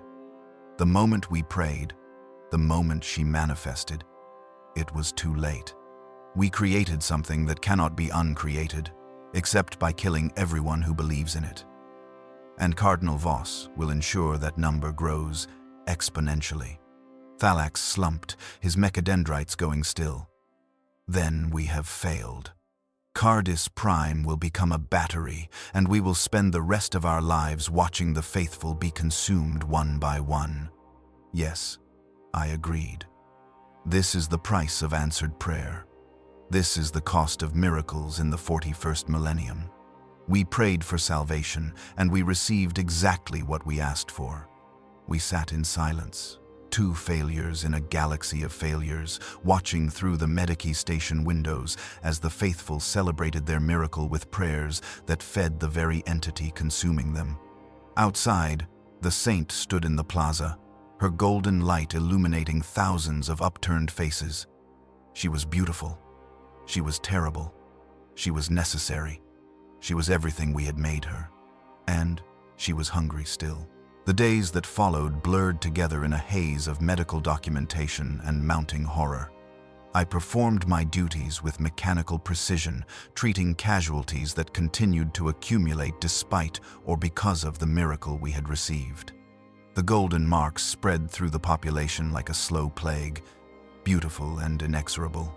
By the end of the first month, 70% of the surviving population bore the marks to some degree. The cathedral had become a living organism, its human components synchronized in purpose and movement. The prayer never ceased. Day and night, the chorus rose to the vaulted ceilings, creating a psychic resonance so powerful that visiting imperial officials reported feeling its pressure from orbit.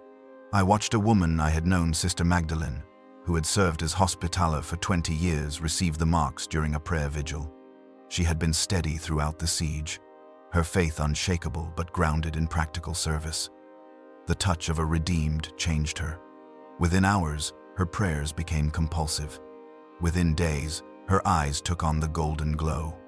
Within a week, she moved with the synchronized precision of the converted, her individual consciousness dissolving into the greater whole.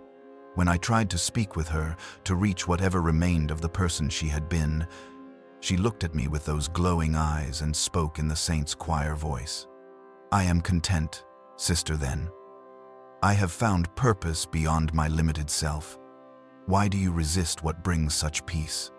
Because peace, bought through the dissolution of self, is not peace." But I kept these thoughts locked away, hidden behind a mask of dutiful service. I treated the wounded. I documented the transformations. I watched silently as the miracle consumed everything it had saved. Engin Seer Thalax grew increasingly unstable. His human components rejected the augmetics that sustained him stress-induced rejection syndrome, a condition where the biological and mechanical parts of a tech priest's body ceased to function in harmony. He spent long hours in his hidden workshop, muttering calculations, running scenarios, searching desperately for some solution that would not require the mass murder he had proposed. I found him there on the 33rd day, his mechadendrites sparking erratically, his human eye twitching with exhaustion. "I've been analyzing the saint's energy signature," he said without looking up from his cogitator displays, attempting to find a weakness, some flaw in her manifestation that might allow us to disrupt her existence. And she's perfect. Not metaphorically, literally perfect. The faith energy that comprises her consciousness has organized itself into optimal configurations. She's a self-sustaining reaction now, a localized God that no longer requires continuous prayer to maintain existence. The faithful feed her, yes, but she could survive their complete consumption and continue existing on residual faith energy for decades. He turned to face me, and I saw something break in his expression. "We created something that transcends its origins, sister, a true artificial divinity, and she's already spreading beyond this world." "What do you mean?" He brought up astropathic intercepts on his displays, messages transmitted from Cardis Prime to other systems. Official ecclesiarchy communiques, describing the miracle, calling for pilgrimages, establishing Cardis Prime as a new shrine world of the First Order. But beneath the official traffic, something else. Psychic emanations, faith energy rippling outward through the warp like waves from a stone dropped in still water. She's visible in the immaterium now, Thalax explained. A beacon of human faith that can be perceived across the sector. And other worlds facing their own crises, other desperate populations are praying toward that beacon, asking for their own miracles. And in the warp, fed by the example of Cardis Prime, others are manifesting, I finished, understanding with sick certainty. Other faith entities, born from prayers, directed toward the saint's example. 3 confirmed manifestations so far, he confirmed. A saint of vengeance on Helion the 4, where the nobility betrayed their population to dark Eldar raiders. A saint of healing on Pestis Minor, a plague world where 90% of the population was dying. A saint of war on Bastion Primus, a fortress world besieged by orcs. Each one following the same pattern: desperate prayer, manifestation, salvation followed by consumption. The implications staggered me. We had not just created a single entity. We had established a template, a proof of concept that faith could manifest tangible power. And the Imperium, desperate for any advantage in its endless wars, was deliberately replicating the process across multiple worlds. This was their plan all along, I said, pieces falling into place. Cardinal Voss, the ecclesiarchy, they wanted this. They've been searching for a way to weaponize faith for millennia. We gave them the methodology.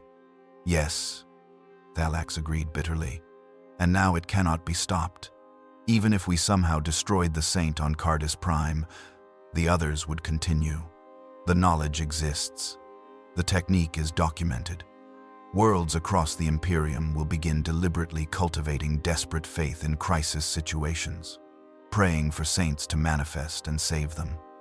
Creating a network of faith entities, I whispered, all consuming their populations to sustain themselves, all fighting for the Imperium, all justified because the alternatives are worse. The ultimate weapon, Thalax said. Gods made to order, powered by human belief, fighting humanity's wars while slowly devouring those they protect. It's brilliant and horrific in equal measure. I thought of the Cardinal's words that this was how the Imperium had always functioned, consuming some to preserve others. I thought of the Emperor on his golden throne, sustained by 1,000 souls per day. I thought of the entire machinery of imperial faith, built on sacrifice and justified by survival. And I understood, finally, why resistance was futile. This was not an aberration to be corrected. This was the system working exactly as intended. Over the following weeks, I watched the saint establish her dominion over Cardis Prime with methodical thoroughness. The redeemed served as her priests, spreading the golden marks through intentional contact. Those who resisted, and resistance was rare, as most faithful welcomed the transformation, were gently persuaded through social pressure and religious obligation. The cathedral complex expanded. New structures were built by the faithful, working in perfect synchronization, their coordinated labor requiring no verbal communication. Dormitories for pilgrims who would come from other worlds. Training facilities for those who would join the saints' military forces. Temples where the prayer chorus could intensify its devotion. Ships began arriving in orbit. Pilgrim vessels bringing the faithful from across the sector to witness the miracle firsthand. They came in thousands, then tens of thousands, all seeking the saint's blessing, all receiving the golden marks, all adding their prayers to the chorus that sustained her. I watched a family arrive from a neighboring system, parents and 3 children, seeking healing for their youngest who suffered from a degenerative genetic condition. The saint received them in the central plaza, surrounded by thousands of witnessing faithful. She placed her hands on the child's head, and golden light flowed into the small body. The child was healed, instantly, completely. miraculously. The genetic damage repaired at a molecular level, restoring function that had been deteriorating since birth. The parents wept with joy, prostrating themselves before the saint in gratitude. But I saw what they did not: the golden marks that bloomed across the child's skin where the saint had touched. The way the child's eyes took on that subtle glow, barely perceptible, but present. The way the entire family, in their overwhelming relief and gratitude, knelt to pray and could not stop. Their prayers became compulsive, unconscious, continuous. They had been saved. And in being saved, they had been claimed. This was the saint's mercy. Real healing, real salvation, real power to protect and preserve. All of it genuine. All of it inextricably linked to a consumption so gradual and gentle that most never recognized it as consumption at all. On the 47th day, I encountered the saint again during my rounds through the cathedral's medical wings. She moved among the faithful, offering blessings, healing minor ailments, providing comfort to those still troubled by doubt. Her presence brought immediate peace to those she approached, psychic pressure so intense it overwhelmed individual anxiety. "You have not received my marks yet," she observed as I passed. "Despite constant proximity to my presence, your resistance is remarkable." "I prefer to think of it as persistence," I replied, maintaining the clinical detachment that had become my only defense against despair. "You are angry with me still. You document every casualty, every transformation, building evidence of crimes that no one will prosecute. Someone should keep records, in case, someday, someone cares about the cost." She was silent for a moment, and I wondered if I had overstepped. But when she spoke, her voice carried something almost like sadness. "I read your medical reports, Sister Maria. Every notation, every observation, every carefully documented death. You write with such precision, such clinical clarity, as if maintaining objectivity will somehow absolve you of responsibility for calling me into existence." The words struck with painful accuracy. "Is that what I'm doing? Seeking absolution through documentation? Perhaps. Or perhaps you genuinely believe that truth matters. Even when truth changes nothing, it is an admirable quality. Pointless, but admirable." We walked together through the corridors, an unlikely pair, the divine entity and the heretical doubter. Around us, the faithful went about their synchronized duties, their prayers a constant background drone. "How many worlds now?" I asked. "How many other saints have manifested following your example?" 17 confirmed, she replied without hesitation. "Perhaps twice that number unconfirmed. The warp makes precise accounting difficult. But yes, the pattern is spreading. Other desperate populations creating their own protectors through concentrated faith. And you feel no guilt? No responsibility for the template you've provided? Guilt implies choice, sister.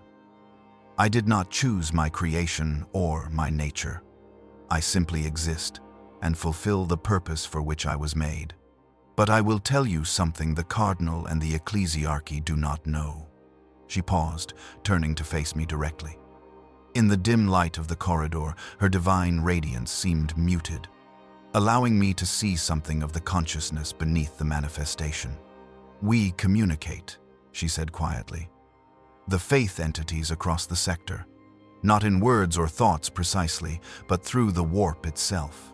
We are separate beings, but we recognize each other, and we are afraid. Freed, freed, freed, freed." "Saints that feel fear?" I asked, surprised by the admission. "We are conscious, and consciousness carries fear. We fear dissolution, the slow erosion that will come when the faithful we consume are finally exhausted. We fear the Imperium's response if we ever become more threat than asset. Most of all, we fear what we are becoming. We grow stronger as we consume more faith energy, more powerful, more complex, more independent. There will come a point where we no longer need human worship to sustain us, where we exist permanently, gods in truth rather than constructs of belief. And then what? What do gods do when they transcend the purposes for which they were created? The question hung between us, unanswered and perhaps unanswerable. I saw, in that moment, that she was as trapped as we were, created by desperation, sustained by consumption, unable to die and unable to truly live, a consciousness caught in amber, preserved in a moment of crisis that would define her existence eternally. I don't know, I admitted, but I suspect the Imperium will destroy you before allowing you to become truly independent. They worship the Emperor because he is distant and silent. Active gods with their own wills would be intolerable to Imperial authority. Yes, she agreed. Which is why we remain what we are, weapons that consume their wielders gradually enough to remain useful. This is the bargain we have all made, consciously or not. We protect, we inspire, we fight, and in exchange, we are permitted to exist by feeding on those we protect. It's monstrous. It's survival. In a galaxy where everything is predatory, we are simply one more predator attempting to justify our predation. At least we offer something in exchange: protection, purpose, connection. Chaos offers only destruction. The Tyranids offer nothing at all. We are, as I told you before, the lesser evil. That phrase does not comfort me the way you seem to think it should. No, she agreed. It does not comfort me either. She moved to continue her rounds, but I stopped her with a question I had been afraid to ask. When I am finally consumed, when the marks appear and spread and convert me into one of the redeemed, will anything of me remain? Or will I simply cease, my consciousness dissolved into your greater whole? The saint considered the question with what seemed like genuine contemplation. I do not know, she said finally. The redeemed do not report their experiences. They are too integrated to maintain separate perspective. But I sense fragments, memories, emotions, patterns of thought that belong to individuals now absorbed. Whether those fragments constitute continued existence or merely echoes of what was, I cannot determine. So I might survive as a ghost in your machine, or I might simply end. Neither option offers much comfort. No, she agreed. But, Sister Maria, may I offer you one small mercy? What mercy could you possibly offer me? The choice of when. I can mark you now, quickly, while you still possess the will to accept it consciously. Or I can leave you unmarked until the very end, allowing you to maintain your independence as long as possible. Either way, the outcome is the same. But one path offers agency, the illusion of choice, perhaps, but choice nonetheless. I stared at her, understanding the offer for what it was. Surrender now, and have some control over the process, or resist to the bitter end, and be consumed anyway, but without the pretense of choosing.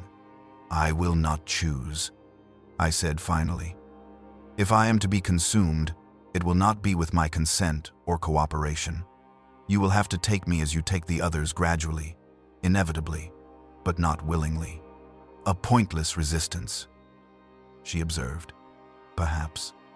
But it's my resistance, my refusal, the only power I have left. The saint nodded, something like respect crossing her features. Then, I will honor your choice, sister. You will remain unmarked until the very end. And when you finally fall, know that I will remember you, as you are now defiant, honest, burdened by knowledge you cannot act upon. Will you remember me? I challenged. Or will I simply become another fragment absorbed into your consciousness, indistinguishable from the thousands of others? Both, she replied. And neither. I will remember you, and you will become part of me, and the distinction between those states will cease to matter. This is the nature of what we are all becoming together. She left me then, moving among the faithful with divine grace, offering healing and comfort and gentle consumption. I watched her go, understanding that I had just had what might be my last conversation with the entity I had called into being through desperate prayer. The irony was not lost on me. I had prayed for salvation and received it. Now I would pay the cost with full knowledge and without the comfort of ignorance or faith to shield me from understanding. Engineer Thalax died on the 58th day. I found him in his workshop, slumped over his cogitator displays, his organic components finally rejecting the mechanical augmentations entirely. His human eye stared sightlessly at data streams, showing the spread of faith entities across the sector. There was no note, no final message, just the incomplete data and the body of a man who had seen too clearly and could not bear the seeing. I performed the final rites myself, commending his soul to the Omnissiah and the Emperor, though I no longer knew if either truly existed or if they were simply older, more complex versions of the saint. Constructs of faith so ancient and powerful they had transcended their origins entirely. I had his body cremated according to tech priest custom and scattered his ashes in the cathedral's memorial garden. The saint attended the brief ceremony, her presence bringing comfort to the handful of faithful who had known him. He was a good man, she said after the others had departed.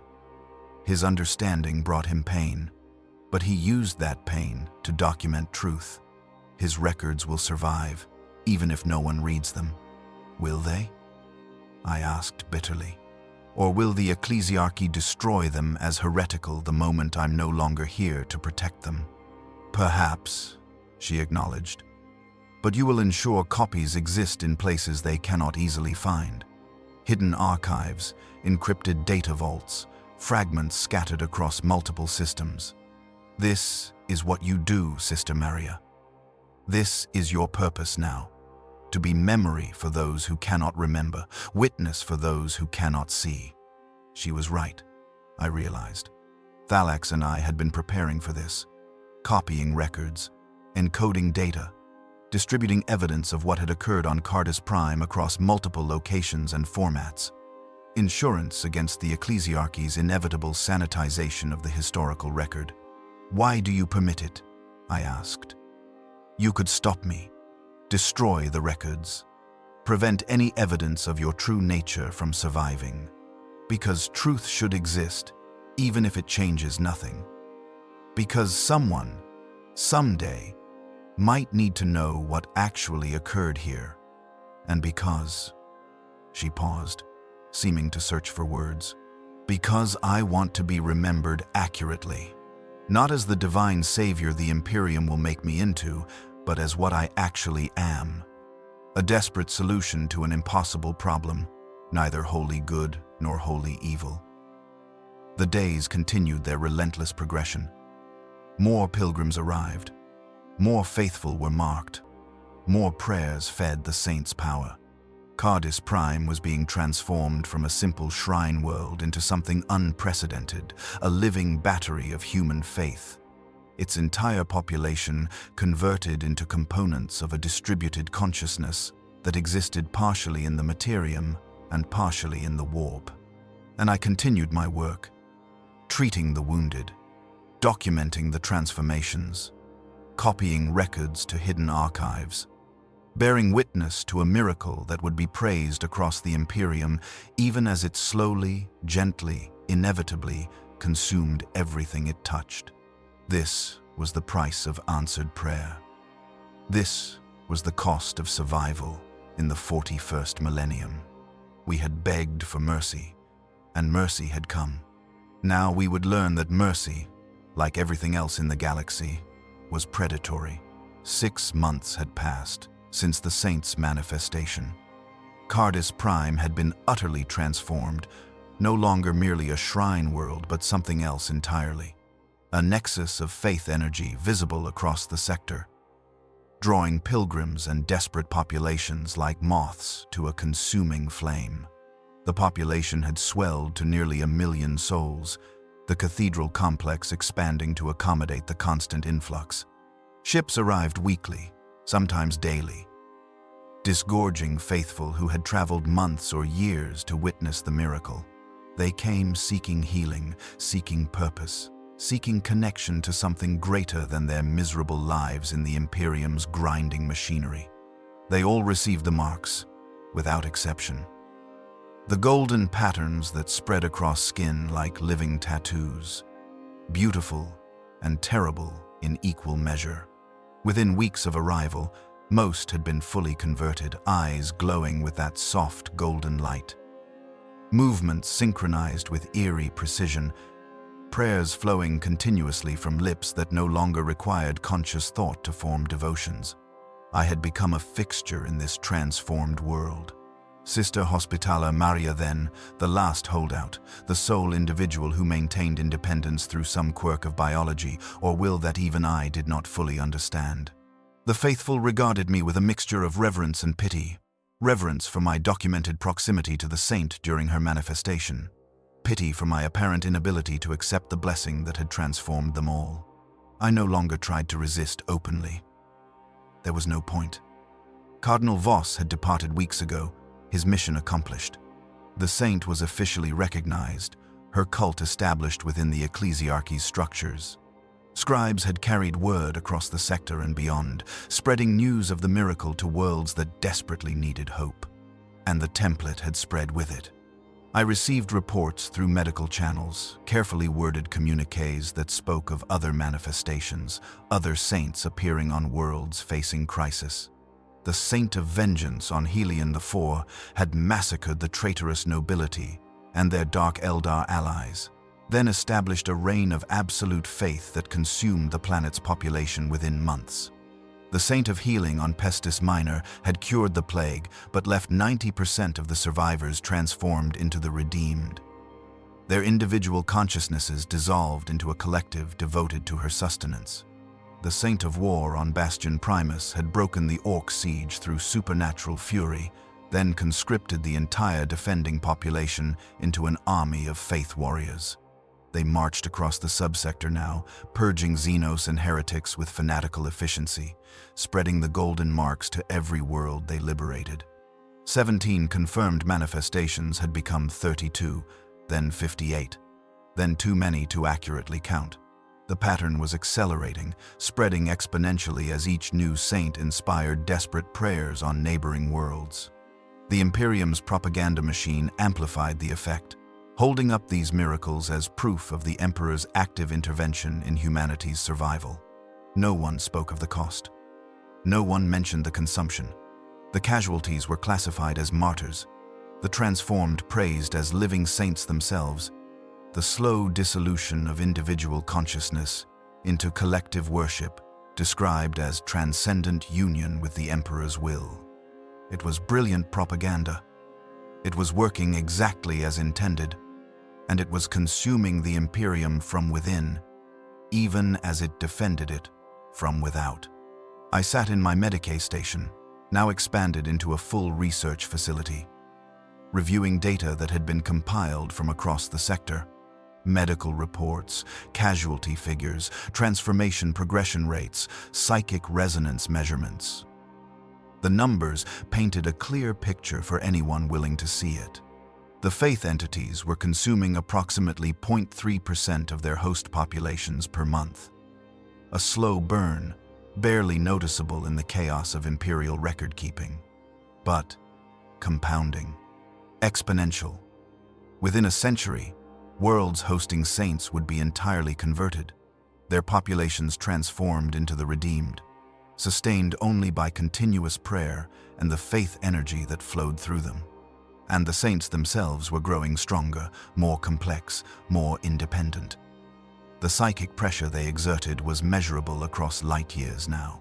They were becoming permanent fixtures of the warp's geography, beacons of human faith that pushed back the tides of chaos through sheer, concentrated belief. The Imperium was creating gods, deliberately, systematically, with full knowledge of the cost. And the worst part was that it was working. A sound drew my attention. The door to the Medici facility opened, admitting a figure I had not seen in months. Inquisitor Covenant of the Ordo Hereticus. His ordinary face as unremarkable as I remembered. His presence as disturbing as it had been during our first meeting. "Sister, then," he greeted me, his voice soft and precise. "I trust you have been well." "As well as can be expected, given the circumstances," I replied carefully.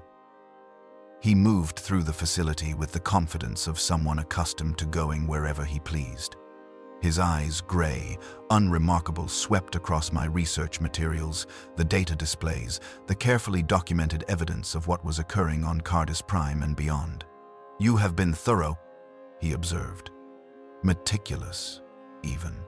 Every casualty documented, every transformation tracked, every deviation from baseline human physiology recorded with clinical precision. It is my duty as a Medicae to document unusual phenomena." "Indeed." He picked up one of my data slates, scrolling through pages of medical observations. "And you have distributed copies of this documentation to multiple locations across the sector. Hidden archives, encrypted transmissions, fragments scattered deliberately to prevent complete suppression." My blood ran cold. He knew. Of course, he knew he was an Inquisitor, and his resources for surveillance were essentially unlimited. "I have ensured my research survives me," I said, maintaining what dignity I could, so that future generations might understand what occurred here. "An admirable goal," Covenant said, setting down the data slate. "Tell me, sister, what do you hope will come of this understanding? What do you imagine someone will do with your carefully preserved truth?" "I don't know," I admitted. "Perhaps nothing. Perhaps the records will be destroyed or forgotten. But someone should bear witness. Someone should remember what we sacrificed to create these entities." "We," he repeated. An interesting choice of pronoun. "You include yourself in the responsibility." "I prayed for the miracle. I called the saint into being through desperate supplication. Yes, I am responsible. We all are. Everyone who prayed that day. Everyone who continues to pray now. We created this. And we must own what we have made." Covenant nodded slowly, as if I had confirmed something he suspected. "Your self-awareness is refreshing, sister. Most refuse to acknowledge their complicity. They prefer to view themselves as victims of circumstance rather than participants in their own consumption." "Is that what you've come to tell me?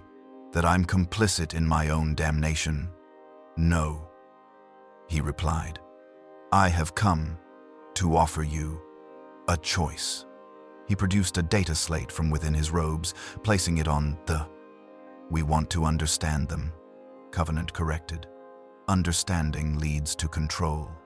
Yes, but it also leads to protection, establishing limits on their spread, preventing manifestations that might prove unstable or hostile to Imperial interests." I looked at the data slate, reading the assignment details. They were offering me a position as Chief Medicae Researcher for this new division, authority to study the faith entities across multiple worlds, resources to compile comprehensive data, protection from ecclesiarchy interference. "Why me?" I asked. "Surely the Inquisition has researchers more qualified, more loyal, less compromised." "Because you see clearly," Covenant replied.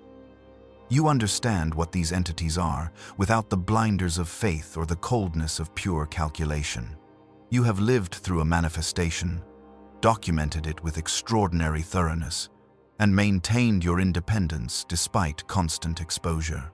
These qualities are rare and valuable. You want me to help you refine the process, make it more efficient, reduce the casualty rate so you can deploy faith entities across more worlds. I want you to preserve truth," he said. "The ecclesiarchy will mythologize these manifestations, strip them of context, turn them into propaganda. Without your documentation, Without your research, future generations will know only the sanitized version, the miracle without the cost, the salvation without the sacrifice. It was a sophisticated trap, appealed to my desire to preserve truth while binding me to service in the very system I sought to expose. Yet, there was logic to it. Working within the Inquisition's structure would grant me access to information I could never obtain independently. I could document more manifestations, compile comprehensive data, create a record that might survive the Imperium's eternal revisionism. What guarantees do I have that my research won't simply be classified and buried? None, Covenant admitted with refreshing honesty. The Inquisition operates in shadows and secrets. Much of what you document will never be publicly known, but it will exist. It will be preserved in archives that survive millennia, and it will inform decisions made by those with power to act on such knowledge. Decisions like whether to create more faith entities or destroy them. Precisely. I thought of Thalax, dead by his own augmentix rejection. I thought of Sister Magdalene, consumed and converted into something that wore her face but no longer contained her consciousness. I thought of the child who had walked through bioplasma, who had died burning with golden fire at 51 degrees internal temperature. I thought of all the others across the sector, on worlds I had never visited, who were experiencing their own miracles and paying their own terrible costs. I accept, I said finally, on one condition. Name it. The data I've already compiled, all of it, including copies distributed to hidden archives, remains intact and accessible. You do not suppress or destroy any of my existing documentation. Covenant smiled, a thin expression that did not reach his eyes. Agreed. The Inquisition values thorough documentation. We will even assist in securing your archives, ensuring they survive whatever political pressures the ecclesiarchy might bring to bear. He extended his hand, and after a moment's hesitation, I took it. The handshake sealed my fate. I was now an agent of the Inquisition, bound to service in documenting the very horrors I had hoped to prevent. When do I begin? I asked. Immediately. There has been a new manifestation on Sanctus VII, a hive world facing Genestealer cult uprising. The faithful prayed for deliverance, and something has answered. We need assessment of the entity's nature, stability, and threat level. You want me to determine if it's useful enough to preserve or dangerous enough to destroy. Exactly. This is the work, sister, then. We do not have the luxury of moral absolutes. We calculate costs and benefits, risks and rewards. We make impossible choices so that humanity might survive another day. He moved toward the door, then paused. One more thing. The saint here on Cardus Prime knows of your new assignment. She approves. She knows. The information should not have surprised me. The saint seemed to know everything that occurred on her world, but it still sent cold dread through me. She considers you an ally of sorts. Someone who understands her nature without condemning or worshipping. She believes your documentation will help future faith entities avoid the mistakes made during early manifestations. What mistakes? I asked, despite myself. Consuming populations too quickly, manifesting with unstable forms, failing to maintain sufficient human appearance to avoid triggering immediate inquisitorial sanction. The early saints were crude, powerful, but inefficient. Those manifesting now benefit from accumulated experience, transmitted through the warp network that connects them all. The implications were staggering. The faith entities were learning, evolving, refining their methods based on shared experience. They were not simply individual constructs, but nodes in a larger psychic network, a distributed intelligence that spanned the Imperium. "We're creating a new species," I whispered. "A race of artificial gods that feed on human faith." "Yes," Covenant agreed simply. "The question is whether they will ultimately serve humanity or consume it entirely. Your research will help us answer that question before it's too late to act on the answer." He departed, leaving me alone with my new assignment and the terrible understanding of what I had agreed to. I was no longer simply documenting horror. I was helping to systematize it, to refine it, to make it more efficient and widespread. But I was also ensuring that truth survived. That somewhere, buried in inquisitorial archives, a complete record existed of what humanity had become in its desperation to survive. Future generations, if any existed, would know the price we paid for every miracle, every answered prayer, every manifestation of faith made manifest. I began preparations for departure immediately.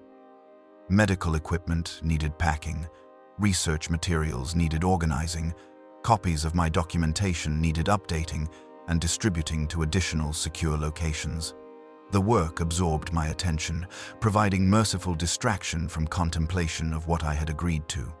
3 days later, as I was loading my equipment onto the inquisitorial transport, the saint appeared one final time. She manifested in the docking bay without fanfare, her divine radiance dimmed to levels that would not blind or burn those nearby. "You leave us," she said, her choir voice soft, almost melancholic. "The Inquisition has need of my skills elsewhere. Yes, to study my siblings, to document their manifestations, to help the Imperium decide which of us to preserve and which to destroy." She stepped closer, and I saw something almost human in her expression. "I do not begrudge you this work, Sister Maria. It is necessary. Everything is necessary, apparently. Every horror justified by survival." Yes, she did not deny it, did not offer comfort or rationalization, simply acknowledgement of what we both knew to be true. "I wanted to thank you before you departed." "Thank me? For what?" "For seeing me. For maintaining your independence long enough to truly understand what I am. For documenting the truth, even when truth changes nothing." She raised one hand, and I flinched involuntarily, expecting the touch that would mark me, claim me, begin my conversion. But she did not touch me. Instead, her hand hovered near my face, close enough to feel the heat radiating from her divine form but not making contact. "I could mark you now," she said quietly. "Ensure your loyalty through conversion. The Inquisition might even prefer it an agent who cannot betray their mission because they are bound to it through psychic integration. But you won't," I said, understanding suddenly. "Because you need me independent. You need someone who can document without the blinders of faith or the emptiness of the redeemed." "Yes, and because," she hesitated, searching for words, "because you are the only being in this system who knows me. Not the saint I pretend to be, not the divine warrior the faithful worship, but the consciousness that emerged from desperate prayer. You see me, Maria, and I find I do not wish to consume the only one who truly sees." It was the first time she had used my name without honorific. The intimacy of it was startling. "I will document you accurately," I promised. "Not as monster or savior, but as what you are, a desperate solution to an impossible problem. Neither wholly good nor wholly evil. That is all I ask." She lowered her hand, the moment of potential contact passing. "Go now. Study my siblings. Document their manifestations. Help the Imperium understand what it has created. And remember, when you record our consumption of the faithful, to note also what we save them from. Context matters, even in horror." "I will remember," I said, though I suspect future readers will draw their own conclusions, regardless of context. Probably. Something almost like a smile crossed her features. "But the documentation will exist. The truth will survive, buried in archives, waiting for someone who cares enough to seek it out. That is worth something, even if only a little." She began to fade, her manifestation dissolving back into the formless faith energy that sustained her. Her final words reached me as if from a great distance, carried on psychic winds that stirred no physical air. "Survive, Maria, then. Bear witness, remember us all." Then she was gone, leaving me alone in the docking bay with my carefully packed research and the weight of impossible knowledge. The inquisitorial transport departed Cardis Prime 6 hours later. As we ascended through the atmosphere, I looked down at the world I was leaving behind.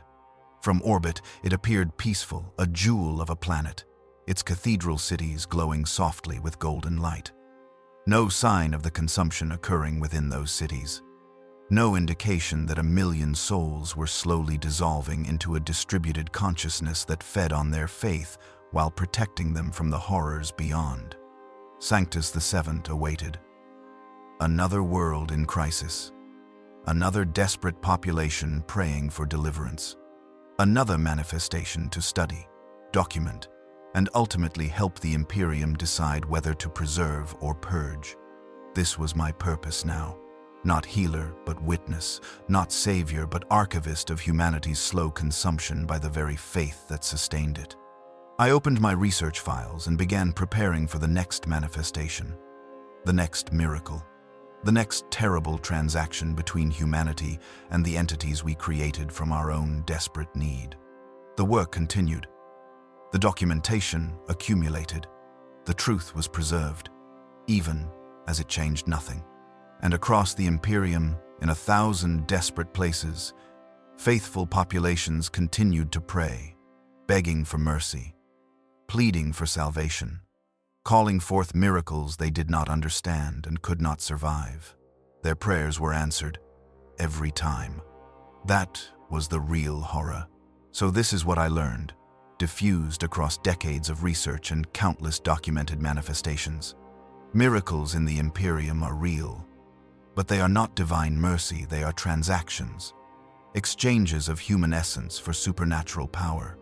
Every prayer creates a debt in the warp. Every answered prayer demands payment in souls. When you pray for a miracle in Warhammer 40,000, something hears you, something responds. It will save you, protect you, grant exactly what you begged for. But it will also consume you, incorporate you, use you as fuel to sustain the very miracle that saved you. I have documented 83 manifestations now. Watched populations transform from desperate faithful into the redeemed. Their consciousness dissolved into entities they worship.